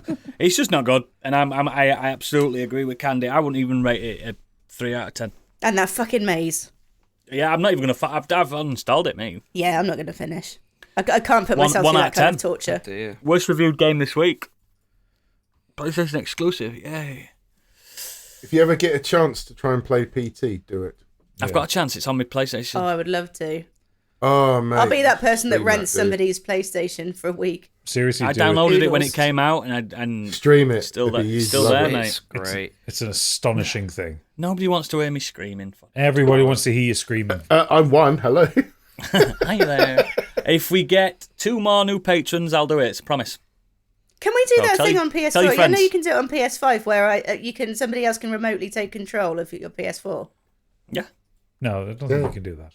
I'm sure you can do remote play, can't you? You can on PS5. I don't know if it's PS4. Yeah, not PS4. No, it's the PS4. I've got it on the PS4. It's underneath. You can do remote play, but trying to do it on it PS4 because another house deleted that guy's. Will I be able to download that on a PS5? No. It's in my PS4 library still. No, it doesn't work. Without a lock on it. I checked it over a week when you guys talked about it. But if we get 2 more patrons, that's all we ask. 2 more new ones. I'll do it. That's it. Cool Candy. Just as disappointed as me. I'm tempted to sign up. £1. I can pay. Technically, you can sign up for the £1 tier where you get to vote and you're just supporting the podcast. So do that. Yeah. I've got to play it. Anna. I'll jump in now, and Stig's going to help me with this. We're just batting about baton. I watched other than playing that Silent Hill Tribe. I watched Grounded Part 2, the Last of Us 2 documentary. Now, I'm not going to discuss any spoilers for you now. I'm going to talk about the actual documentary itself as a documentary. I thought it was great. Yeah, it's really good. Really good. And the first Grounded was good. It's about the production and making of The Last of Us Part 2, this one. And some of you may be aware, some of you may not be aware, a global pandemic happened during parts of this development, which affects it. They go into that in nice detail. But the detail I did like about this is how, I don't know if it was a stunt, but I don't feel like it was, but they let the devs and the staff talk at liberty about the struggles of being in that environment, which I was hoping for, because we got a little bit of that on the last game, but the last game, if you recall, came out of nowhere. No one had heard of The Last of Us when it came out. This one had a lot riding on it, and they talk about crunch extensively, don't they, Stig? Yeah. And its pitfalls and how bad it is, and how as a studio now they've vowed to completely eradicate it and stuff. But they also talked about the bad stuff about it by neckbeards and online users and people abusing people that are just doing their fucking jobs at the end of the day. And it's really sad to see. We've got voice actors crying on this documentary. We've got producers and devs crying. I've seen the clip of Laura Bailey talking about it, and she went through some shit, bless her. And one, I adore her. Two, it broke my heart to see her crying. Three, I want to fight them all. Yeah, they're threatening her child, a newborn child and stuff. Just awful. And this documentary held nothing back. It showed every tweet. These are the dickheads that's upset. And then they talked about the famous leak. That someone was very angry that the game was pushed back, so they leaked stuff. They got into a backdoor through the server and leaked loads of stuff and spoiled the big spoilers in that game. Yeah, I remember that. Luckily I avoided that. I didn't realise. I did. When they talked about it, I was like, oh yeah, the big spoiler. Well, I were warned. The big spoiler of the game. I was like, look, I didn't see anything, but just I agree. Like, I loved that it showed all the good stuff and highlighted the good stuff. Like when they went to PSX and they released the original trailer for it, and I watched that and I just thought, as much as I never watched E3, it's sad that we just don't get that, and now it is just people reacting on Twitch. It's better in person, isn't it? When you put it that way, it had them sat in the crowd, like Troy Baker and Ash Johnson was sat in the crowd, Neil Druckmann watching, waiting for people's reactions and stuff. And that trailer was brutal, man. That was just like the hanging trailer. I think the first trailer. No, the first trailer was the singing trailer, wasn't it? The guitar. Her and the guitar, but there was a dead body with a machete next to it. Although that trailer makes no sense. It's deliberate, isn't it? Yeah, it's bait and switch. It actually it makes no sense with what happens in the story. Anyway, but yeah, I really enjoyed it, and they do get into some of the technical sides of things. It's not as much. So if you're into this to see more of the development side, they do touch on some of that stuff and the struggles. Not enough struggles they had with certain lighting and and environments. But it feels like it was more. The human side. They've made it more about the human side and working there and the shit they had. Do you know what I did like seeing, Stig? There's this one guy that started as an intern, and by the end of this documentary, he's a production lead, and it showed that there's progression in that company, and it showed the openness for this boy when he started becoming a lead of men and women. Do you know what I mean? I'm a big fan of development in workplaces, and so I'm living. Well, it started in develop. 2013, and the original. I just think that was a beautiful little moment in it. Like at the end, Neil Druckmann went, "Oh yeah, that guy that we talked about at the beginning of the documentary, he's now a production lead." He's like, "Whoa, he's done it. He's made it." Like their original target date was 2018. Yeah, was it? They were nowhere near it. So, but. When did it come out in the end? 2020. In the middle of the pandemic. The best time for a really depressing game. February. I think that's why I didn't play it. No, it was meant to be February. August. It was originally February. That's what they touched on, that the pandemic pushed it back, and then that dickhead released everything. And apparently, there's a beautiful moment, and it's not really a spoiler, but there's a moment where Neil Druckmann's saying I want to kill this kid. I want to kill this kid. Angry, They found out who he was, and then he went, well, the story of the game is how to not act on that anger. And he went, in the end, I just forgive him. I was like, fuck. I looked this up afterwards. Imagine being that. I looked this up afterwards. I don't think he has been prosecuted or He hasn't. He's forgiven sued him. or anything. Completely forgiven him. It's not like the GTA leaks. No, he's turned the other cheek because he was like, it turned out this leaker was a fan that was angry that they'd delayed it. But Fan my ass, like prick. Yeah, I know. How can you be a fan of something and try and destroy people's livelihoods? But it's just a great one. It's 2 hours, 30-minute documentary. It's not a quick one. It's a long one. Does the documentary itself go into spoilers? It's less than that. You what? Sorry, Steve. I think it's only 2 hours, so it's only. Oh, it's 2 hours. The documentary, full of spoilers. It literally saes at the beginning, this documentary Of the first spoiled. and second game. And I ended up spoiling it for Kate. Why? Were you watching it with her? You No. fucking dingbat. I was watching it. She was upstairs getting ready to go out, and I just thought, I'm going to put this on a Sunday afternoon. I had the door open so the dogs could get in and out, and then they just drop. Oh, this happens, and I just turned the volume down, and then I paused it, and I went to see. Was it the big spoiler? Yeah. Oh no! And I went up. I went to the bottom of the stairs. I said, Kate, when you're coming back down, let me know, because I'll just need to pause this document. She says, I already heard. And I was like, oh. He says, I heard you turn the volume down as well afterwards. Like, I was like, fuck. She's like, it's fine. But she really likes the show, doesn't she? Yeah, I'm disappointed. You haven't finished, or you've played it but not finished it, so you know the spoiler, right? You guys know what happened, yeah? Yeah. I played about 3 hours of it, so yeah. Got past that spoiler. Trust me, I don't think that's the biggest spoiler in the game. I think there's a lot more to that game than that. No, but it's huge. It's the spoiler that everyone cottoned on to when the game came out, because it was such it leaked as well. Because everyone was either saying, "Oh, this is such a brave thing for Naughty Dog to do," or "Why the fuck has Naughty Dog done this?" Yeah, there was a lot of tweets in this about fucking lesbians. Naughty Dog's just a gay devs. They just want gay agenda. Because they were saying that a character in this game is clearly trans, not knowing that there is an actual trans character in this game, which is not that character. Which is not that character, and I was just like, you fucking absolute I can't be bigots with the online discourse of that when the show gets to it, and it's like, no, this is in the game. It's not something the showrunners have done. Like, yeah. I think the documentary is fucking a brilliant insight into a studio that set unrealistic expectations and was destroyed by a pandemic halfway through it, and then came out smelling of roses in the best possible. It's got a good feel-good ending, because obviously we all know what happened by the end, and it does touch on the show a little bit as well. But great document. The production company that makes these documentaries, they need to do them all, because they get in there. They're in every single like board meeting.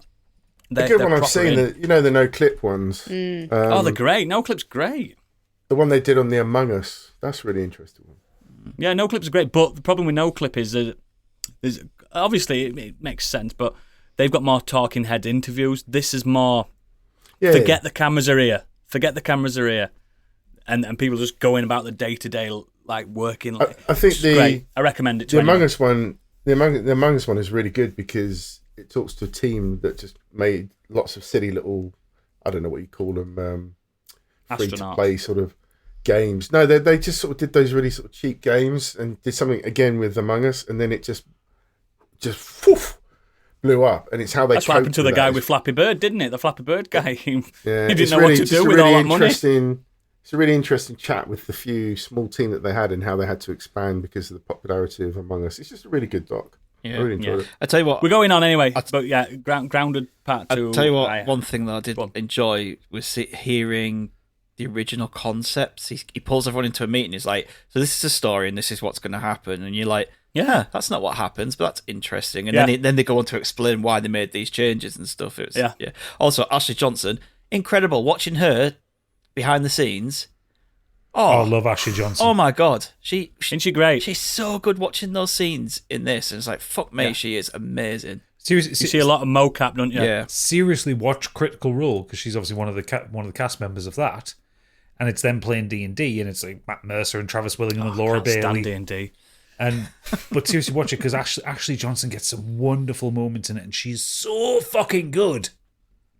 They're all got. Troy Baker's fantastic in a particular mocap scene. The show on this, absolutely I get why people use him a lot. I know he's overused, but he's I hate him. He's so phenomenal. pretty and talented. Fucking hate him. Yeah, he's really talented, and he plays out the guitar know, it's properly. And he hard. does all.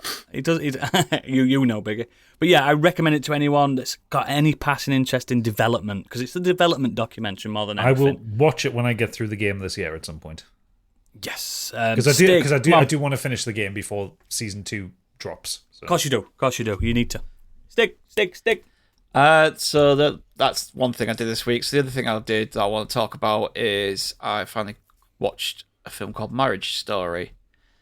I think I've heard of this one. Directed I have. by Noah Baumbach. It stars Adam Driver, Scarlett Johansson, Laura Dern, Ray Liotta.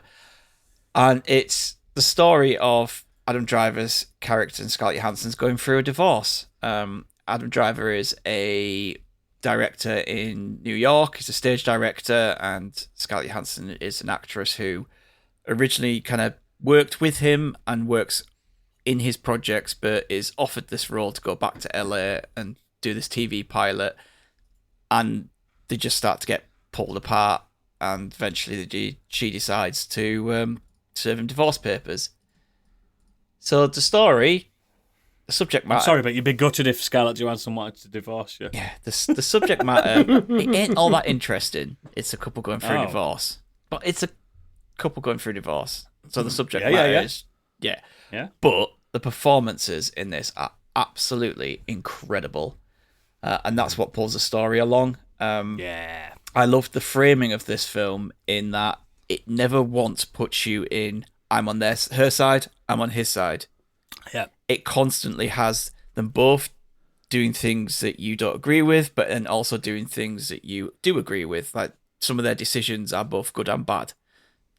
Both selfish and both selfless. It constantly has you on both sides. It never once goes, well, it starts you off in one side and you think, okay, this is her story. I'm on her side. Mm-hmm. And then she does something and you go, oh, hang on. No, I'm on his side now. And then he'll do something. And so, yeah, that's good. It really keeps you like back and forth on it. Just as someone who has actually been through a divorce, that's a really realistic way of portraying it. Because everyone's wrong and everyone's right at the same time. No, everyone's... No. Both parties are always wrong in a nasty divorce. I had a nasty divorce. You can have an amicable divorce where you do everything right. And rare though, isn't it? Yeah. No, but some do where people just fall out of love. Yeah. But well, I think that's what happened in Marriage Story though, because it was. And sorry to interrupt, but just whilst it's in my head, because it's been a while since I saw it. It started off. I mean, it wasn't super amicable, but they weren't super hostile to one another. But actually, the way it's how the lawyers twist them, they're like, well, if you say this, you can get this, and but they did that. How does that make you feel? And actually, they end up hating each other because of the lawyers rather than their hatred from one another. So they're manipulated. Yeah, a little bit by lawyers that want more percentage. So they're basically going through this, and the leech say at one point, "Oh well, I don't think she'd do that. That's not her. Oh, I don't think he'd do that." And then the lawyer's like, "Well, they are doing that," and it's like Candy said, it's the lawyers that are pushing things and messing things around. But there's a big... You're selling this to me. I really want to watch this. There's a big blowout fight between the two, which is kind of what all the clips from the Oscars and award shows were using. I've seen GIFs from it. It's Adam Driver angry, isn't it? So fucking good. It's I really like Adam Driver anyway. Incredible. It's just two amazing actors just... in the prime. Yeah, being completely raw, full of emotion, mesmerising. The camera work in it is brilliant. It's constantly twisting around them, going up close, following them around. They're just, fighting, shouting at each other as they go through this. Some of the stuff they say to each other is horrendous, but it is just a really amazing scene.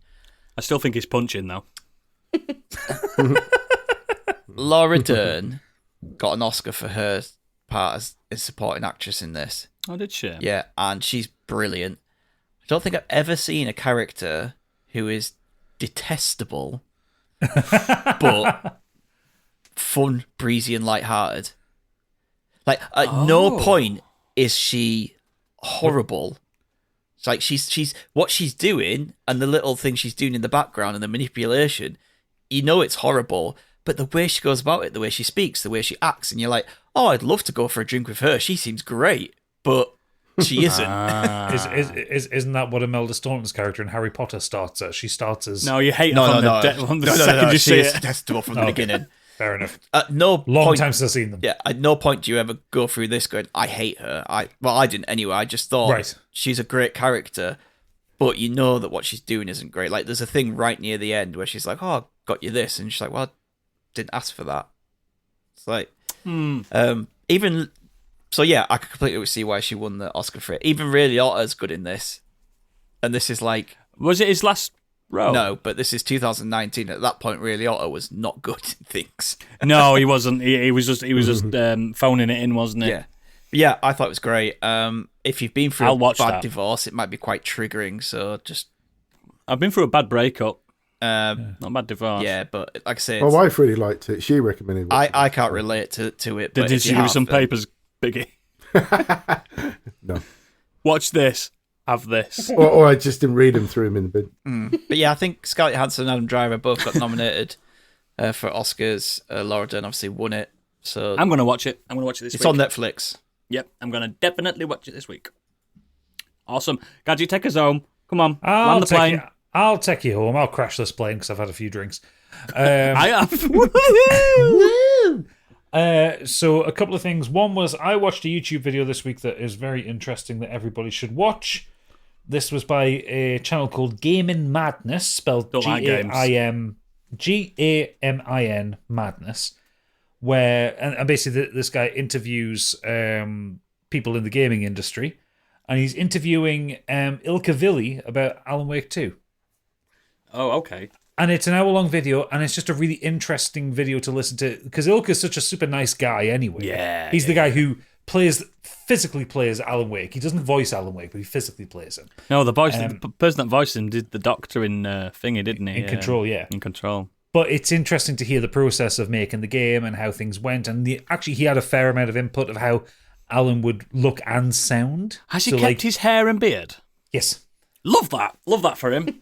Oh, he's a lovely boy. I sent it to Candy. She was very happy with her. Oh, absolutely. He's a good-looking bloke. I finished my second playthrough of Armored Core 6. And I want to know, actually, 'cause I've suffered never asked through you the this. boss. I've never asked you this. What does it rank in your modern-day FromSofts? In my modern day FromSoft, It's a loaded question, that, because it's a difficult question to answer. difficult question. At the minute, it's Sekiro, Bloodborne, Armored Core, Elden Ring, Dark Souls 3, Dark Souls 2. Demon Souls last. Yeah. I'm not arguing with that. But yeah, so for those who have finished Armored Core 6, one of the endings, the boss is the traditional FromSoft big talk kind of guy, but he's really weak and unimpressive, and for all he can kill you quite easily, he's actually not that hard a boss. That's It one. took me That's the 3 attempts. Yeah, about the same for me. That's the one I got on my first playthrough. Second playthrough, no hyper mode. 87 attempts to get this boss down. I've not even got nowhere near proper start in the second. Because like a dickhead, I'm playing Elden Ring again. Of course. By the way, I did platinum Elden Ring twice now, Fantastic. which is just weird. So yeah, I did that this week, and I'm not going to spoil who that boss is because it is a massive spoiler. But fuck me, it was such a good. The dog was asleep on the chair behind me when I was doing it. I jumped out my chair, and went "fuck you" at the top of my voice when I beat it. I do think more people Scared the should play shit out that of the game, dog. even if you're not into mechs, because it's a fucking well-playing game. It's fun to play. It's one of the greatest action games I've ever played. Yeah, it works. Every control is used perfectly. It's just Yeah. it's fantastic. But we're going to move on to what I've actually been playing this week, which is one of the greatest RPGs I've ever played. And I'm only about 7 hours into it, and there's a lot more game to come. But I'm confident in saying this has got a GOTY contender to it. Oh no! Like a Dragon, Infinite Wealth. Like a Dragon, Infinite Wealth. So you all know, like last year, I played through Yakuza 7, Like a Dragon, which was the changing point for the long-running Yakuza series from Ryu ga Gotoku, which where we moved away from the stoic Kiryu to the happy, light, and ADHD-born Ichiban. And the game's changed from being brawlers to being kind of more Dragon Quest-style JRPGs set in the Yakuza universe. Explicitly so, because they actually do mention Dragon Quest. because Yeah, they do. throughout whatever brain damage Ichiban happens to have, he sees the world as a video game. So it's actually in the game, like he sees, like you go into a fight, he sees people transform into like monsterish kind of characters. Yeah, that's not actually happening in real world, is it? It's yeah, just what yeah, he sees. yeah. The rest of the people in the party don't see that, and they actually He's the comment one on that's that. seeing himself leveling up, isn't he? Yeah. So Infinite Wealth is the follow-up to that. This is effectively Yakuza 8. But we're sticking with Ichiban. We're sticking with the turn-based Does he still combat. have the same red He's still got the same red suit. He's still got the same punch perm. He's still got the same happy-go-lucky attitude. I like it. Except this time, what we're not sticking with is Tokyo, because we're off to Hawaii. Where'd you go? What, like Honolulu or something? Yeah, he goes to Honolulu to find his long-lost mother. What? I didn't know he was a Hawaiian. Or she just moved to Hawaii? No, she moved to Hawaii. Actually, he's half Japanese, half Hawaiian. Is he? Yeah. That's where his hair came from. That's where his hair came from. What they've done with this one, it takes a lot of the same kind of tropes of the Ryuga Got to Go series, where, you know, it's a mix of kind of heavy cutscenes, high drama, stupidity, weirdness. One of the early fights that you get in the tutorial is a guy who's just randomly flashing you on the streets of Yokohama. Why not? Yeah, why not? But by the end of chapter 2, you're off in Hawaii. It's leaning into the weirdness. It's leaning into whatever fucking brain damage that he's got. On the trailer I've seen, mate, he's riding a dolphin. You can ride a dolphin. There is a really funny sequence where basically when he's in Honolulu early on, he gets kind of betrayed and kind of drugged, and then he wakes up naked on the beach, and he's kind of like walking around confused. And it's one of those kind of classic scenes where like he's naked and there's always kind of something in the way of him. So he's like walking like Austin Powers. Yeah, like so he's in the background. There's like a crab walking along at the same pace as him, just over his midsection, and it's done so well, and it's so funny because Ichiban's completely confused as to what's going on. And bless him, he's got such golden retriever energy. I love Ichiban so much. I find him better than Kiryu. Oh, he's absolutely better than Kiryu. But what they've also done is they've actually enhanced the turn-based combat. So you now get proximity bonuses. So if someone's close to you, like when it's your turn, you get like a blue ring around you. If the enemy that you're attacking is in that ring, you'll get a bit more damage to them. But what you can also do, physical attacks can knock people into other people. So many fights been really satisfying where I've hit the first enemy and knocked 3 or 4 of them out like a fucking bowling ball. It's great. Doesn't it have like Super Mario RPG contextual button prompts where like you can block if you time it right and you can hit for extra damage? Not hit for extra damage, that's Sea of Stars you're thinking of, but you can do a perfect block. You can do a perfect block on this one. I think that makes these turn-based ones a bit more like engaging. I think it makes it feel pacier, punchier. I think, like I said, I'm only about 7 hours into it. This is going to be a 60-hour game. I can say there's a whole Animal Crossing style mini game associated with it. This is one of the greatest JRPGs ever made. Already, a lot of people have told me this because I liked 7. I really liked 7. It's my favourite Yakuza game, but it's gonna be, isn't it? Because I like JRPGs. Yeah, I like the series in general, but I was a bit done with Kiryu by that point. Yeah, what this has done is this has ironed out. I mean, so far this has ironed out a lot of the stuff that kind of didn't work in Yakuza 7 and streamlined it. And Ichiban is kind of a bit more front and center. And he gets put into more weird situations. And because he's taken out of Japan, you get that weird fish out of water feeling. And it's also strange when you're walking around the streets of Honolulu, you appreciate how dense Japan is. Because, like, the streets, you can cross them, and it takes ages compared to when you're in the Japanese levels. Yeah. And, like, not everything's so kind of overbuilt, over top you. It's a lot less claustrophobic. It's also weird to have people speaking in English. So, hang on, is this game in just Japanese then? So you can have English dub. So when you have an English dub, are the Hawaiians talking a different language? Are they English too, and they just don't? How does that work? I don't know, but I'm doing it subtitled the way it's I supposed would, to be because I that's love his language. That But yeah, I also love Ichiban's voice actor. He's really good at it. I do love that his name actually means number one. Yeah, it's cool. Kasuga Ichiban. Yeah. But what I find really funny is those moments where Ichiban tries to speak English. Oh, Because but it's the Japanese voice actor trying to speak English as well. Yeah, and that's badass. He's got a couple of phrases. Like the first one, I think he starts going as like "Bon voyage," which is not even English; it's fucking French. But he's like "as a bon voyage," like that. Yeah. No, that's cute. I'm going to play this. I'm going to play. No, it. you should. You'll fucking love it. I love the last one. It's a wonderful game. And also Kiryu. You posted a pic of it, didn't you? It looked pretty swish from what I remember. Yeah, well, that's also all the looked screenshot good. of it. There hasn't been an ugly Yakuza game. I'm playing it on Steam Deck, casted up to the telly. It looks incredible. And I'm playing like solid 60 frames a second in 1080p. It's wonderful. Oh, I can't wait. I'm going to jump into that after Final Fantasy. Yeah, no, you know me. I want to play a JRPG after a JRPG. You need to stack them up, yeah. But yeah, you'll fucking love this Oodles. And can't wait. Actually, I think this is a really good entry point for people into the Like a Dragon series because it does a really good job of contextualizing what happened in the previous game. So you don't need to have played 7. There'll be some stuff that doesn't kind of work. And also, there was one plot hole I don't like, which is that at the start of the game, so you remember the mini game in Yakuza 7 is the business thing, and you become like Japan's greatest CEO. Yeah, a mogul. Yeah, at the start of Infinite Wealth, you're working in Hello Work, trying to help people get you're basically working in a job center, trying to get people jobs. Yeah, that's badass. Like, hang on a second, I was a billionaire before. Yeah, but a billion yen's not that much, to be fair. Still, but anyway, I really highly recommend it. And I think it's a solid GOTY contender. The last one was. It was. So yeah, it's a great studio. I don't have to play that interim one that's just come out either, do I? No, you don't. Man with no name or whatever.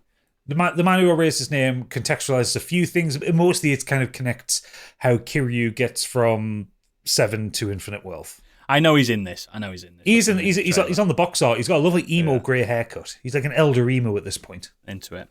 Cool. It's been a long episode. Have we got any feedback? We do. King Hagrid says, had a busy week, not done much, but I caught up with the Masked Singer and the kids, with the kids and Beck. She has a really good ear for voices and got most of the answers correct. The Masked Singer. I remember watching the first series of that. Funny show.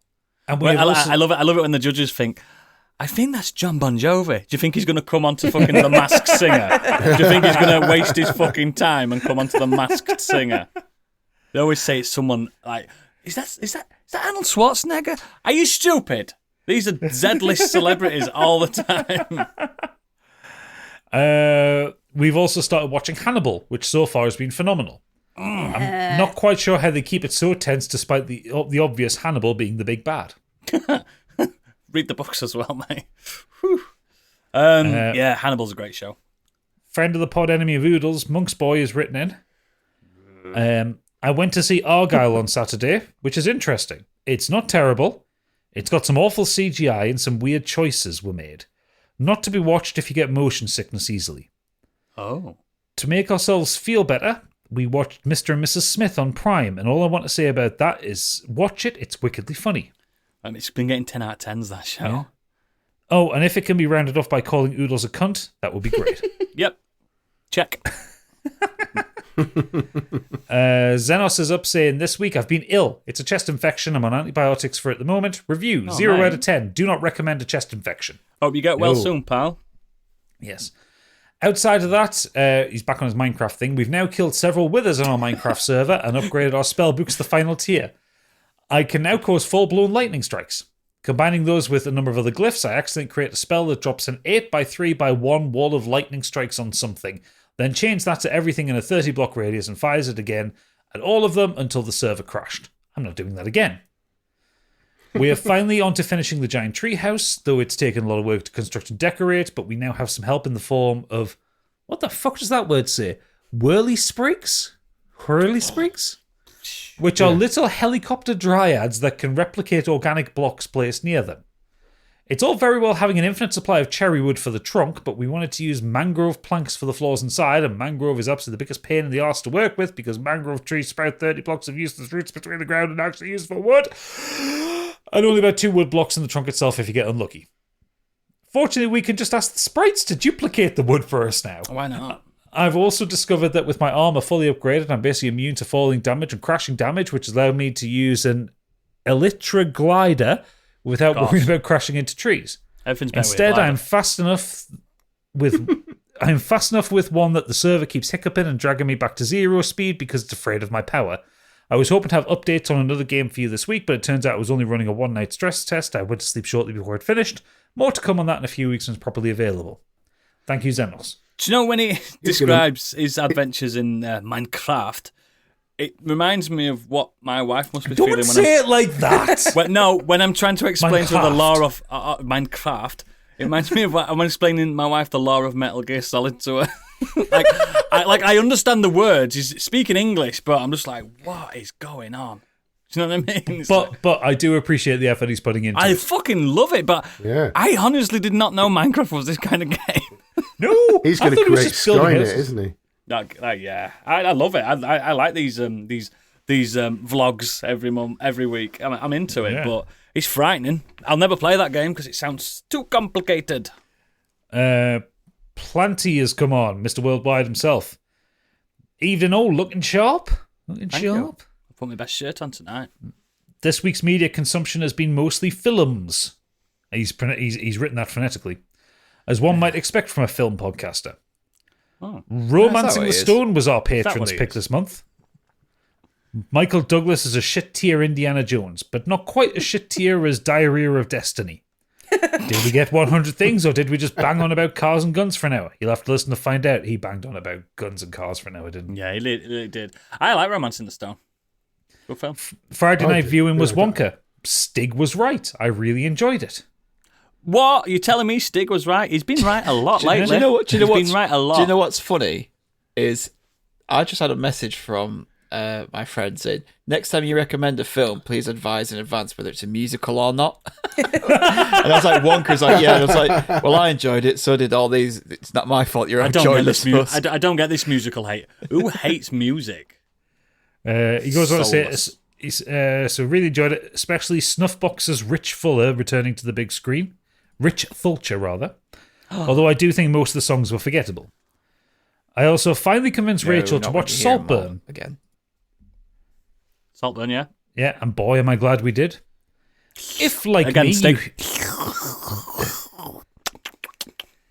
If, like me, you hate posh people, you'll get a real buzz out of this.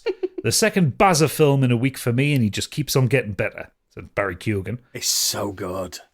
It's got a belting soundtrack and some of the best fuck right off moments I've seen in a film in the last 12 months. Anyway, I better go. I've got a bath to clean. Yes! I can't wait for the next pod meeting. Everyone get in bath. I've done worse. I have. I'm not getting in the hot tub. Yeah, you are. Last up, we have Angry Kurt. Always here. This week was a pretty big week for me as it saw the release of perhaps my most anticipated game in recent years, in Suicide Squad Kill the Justice League. Reason being that I absolutely adored the Arkham trilogy and was excited for whatever Rocksteady would be putting out. Oodles, he's ignoring Origins. He said trilogy. Why is he doing that? Because it's a trilogy. Origins is a prequel. As you know, the Made by previews someone around this else. game weren't great, and neither have been the reviews, but here are my thoughts after 10 hours. I'll start with the negatives. The main one being the mission structure, which really is repetitive outside the bosses. Whether it's a side mission or a main mission, you're always doing the same thing of defending something from hordes of enemies. It's definitely the worst part of the game. I also don't think the characters are balanced at all that well, as to me, King Shark is by far the most fun, followed by Deadshot.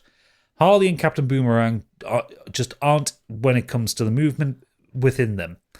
I also think the world of Metropolis is a big come down after the Arkham games. It feels very empty in comparison to those games and rather dull.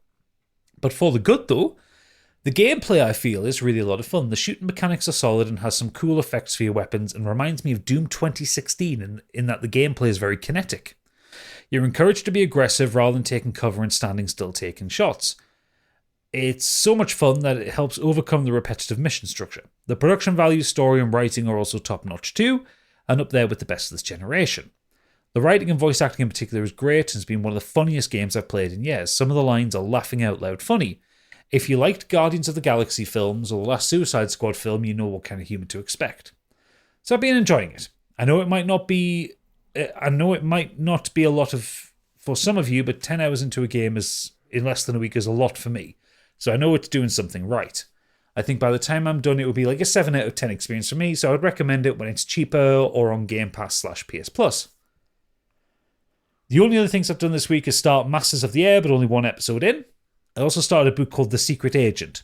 No, it's not about spies, it's about the world of football agents.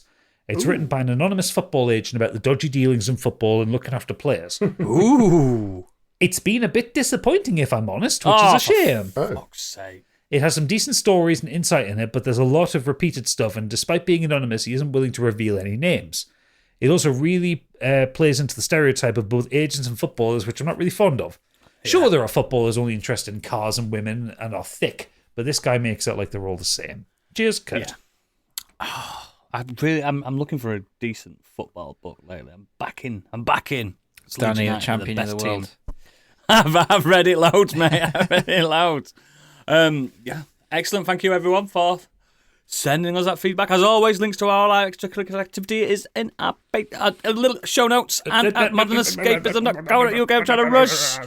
Please consider becoming a patron because you know what? It funds as addictions that we've got.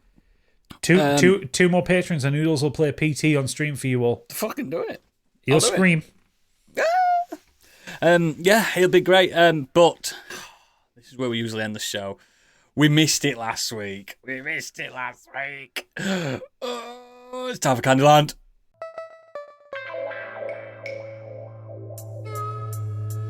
And now, what's up in Candyland?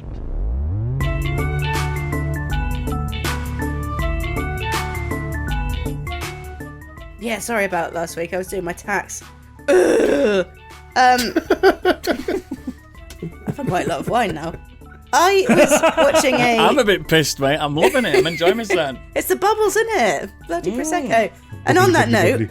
And Guinness, Prosecco and Guinness, I'm mixing. I'm on it, mate. I'm on it. So yeah, no, on that note, I was watching an alcohol advert the other day. And they always... For how long? But they always make these people out to be so refined. They're like perfume adverts, aren't they? Alcohol adverts. Yes, they are. Yeah. They never show people being drunk, which is kind of like. I know people like alcohol for the taste, myself being one, but that's only half of it. You also want to get pissed because you can get pretty decent fake wines now, fake beers. Yeah, you can. I think before they film the advert, get the actor drunk on that particular alcohol. Into it. So they come on all rosy faced and slurring just a little bit. Not loads. Yeah, look at my cheeks. Look at my cheeks. I'm red raw. You've been rosy for a while, I noticed. There you go.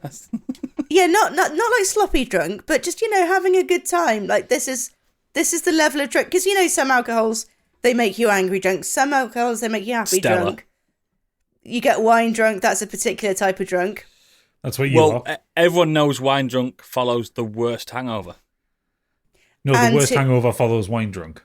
Sorry, drunk. I'm drunk. You know what follows wine drunk is fucking spending £108 on Temu. On what? On what? Temu, whatever it's called. Temu. Oh, the Chinese. I don't know how... It steals your card the details. one that steals your card details and, She's got no money anyway. If anything, the Chinese economy is going to pity her and give her some money. I just don't understand how £2 and £3 and then £4.50 can add up to £108, but whatever. It's when you do it 10 times, mate. That's what happened. 100 times, sorry. What did you order? Candy. I ordered China. Drunk. Your selling of alcohol theory that you wish people have done. Have you not seen the Orson Welles commercial? No. You need to track that down. He's trying to sell a bottle of wine. And he can't do it because he's wankered. You have to watch it. I'd buy it. It's a classic. It's so funny. Can you imagine buffer? That's what it is. Exactly. It's fucking... But also, to actually give an answer for this one, because I do know the answer to this one, the Advertising Standards Authority after the Orson Welles advert, Won't allow it. banned intoxication in adverts for alcohol. Well, let's get rid of same with them TV for a shows as start. well. That they don't drink real beer in TV shows. Do they? They drink like a watered down, coloured. Well, but Apple you juice. can, Well, fake. yeah, but You can have zero alcohol. can't you? You can act drunk in a TV show. You can't act drunk or appear to be intoxicated in an advert for alcohol. So let's get rid of the against board the of alcoholic directors then. Yeah, I do. I agree. You mean the Advertising Standards Authority? The advertising standards board of ASA meant. The board of There's directors. a board of alcoholics. alcoholic directors who are shitting I'm themselves watching right this now. advert now when you talk. Let's get pissed. It's great, isn't it? He goes, they're like action, and he just sits there. His eyes glaze over, and he just sat there, not moving. And the people next to him are like, Orson Welles was a legendary drunk. "Oh, Candy, you got to watch this." Possibly only outshone by Laurence Olivier. Orson Welles also had the greatest last role of his lifetime. It was Unicron in the Transformers movie. Was he? Yeah, that was his last role before he died. Oh, fucking hell. What a legacy. The French. Champagne. Candy, I like this Candyland. I'm all about it because, I've Otherwise got you're selling addiction a problems. lie. I've got addiction problems, but being drunk is fucking amazing. I You was know- amazing then. You know the Amazing. that I hate the most actually about advertising is with food as well. When like they they sprayed it with water. No, that's fine. 'Cause that's just whatever. But it's when people eat or they don't, and they just like they kind of go and like they take like the tiniest bite out of a crisp. Just fucking get it in there. Like it's not I gonna. used to like it when Gary Lineker came out and he ate a massive crisp. There was in one. a Kim Kardashian advert where she was just like she's advertising some food and she goes and you can see she's not bitten into it. I'm like, you're just thinking like Kim, you aren't going to put any weight They should on do it. biting Yeah, into it. And they have the perfect open bag of crisps, like it's Yeah. got not a crease on the packet. Yeah. They're like, They should It's- do it it's- where it's the- if they're tucking into an egg mayo sandwich, it just goes all over the face. It's the McDonald's adverts for me because like the burger comes up in front of their mouth and you see Yeah. like kind of they have not taken a bite of that sandwich. Because it's not edible. That's why it's not a sandwich. yeah. It's probably That's because made it's out of been clay. there, and it's probably because it's been there all For day. hours. But a crisp, if you're advertising crisps, just fucking get it in, or a I chocolate agree. bar, something like that. Yeah, Like, get it fucking in. yeah. Yeah, too right. Love that, Candy. Love that. And you've ended the show with a plum. What an observation. Thank you for watching, listening, whatever it is. I am a bit drunk. If you're a patron, we'll see you in the green room in a second. We've got the buckets ready for the throw up. But for everyone else, it's the end of the show. Bye. Bye. Yeah.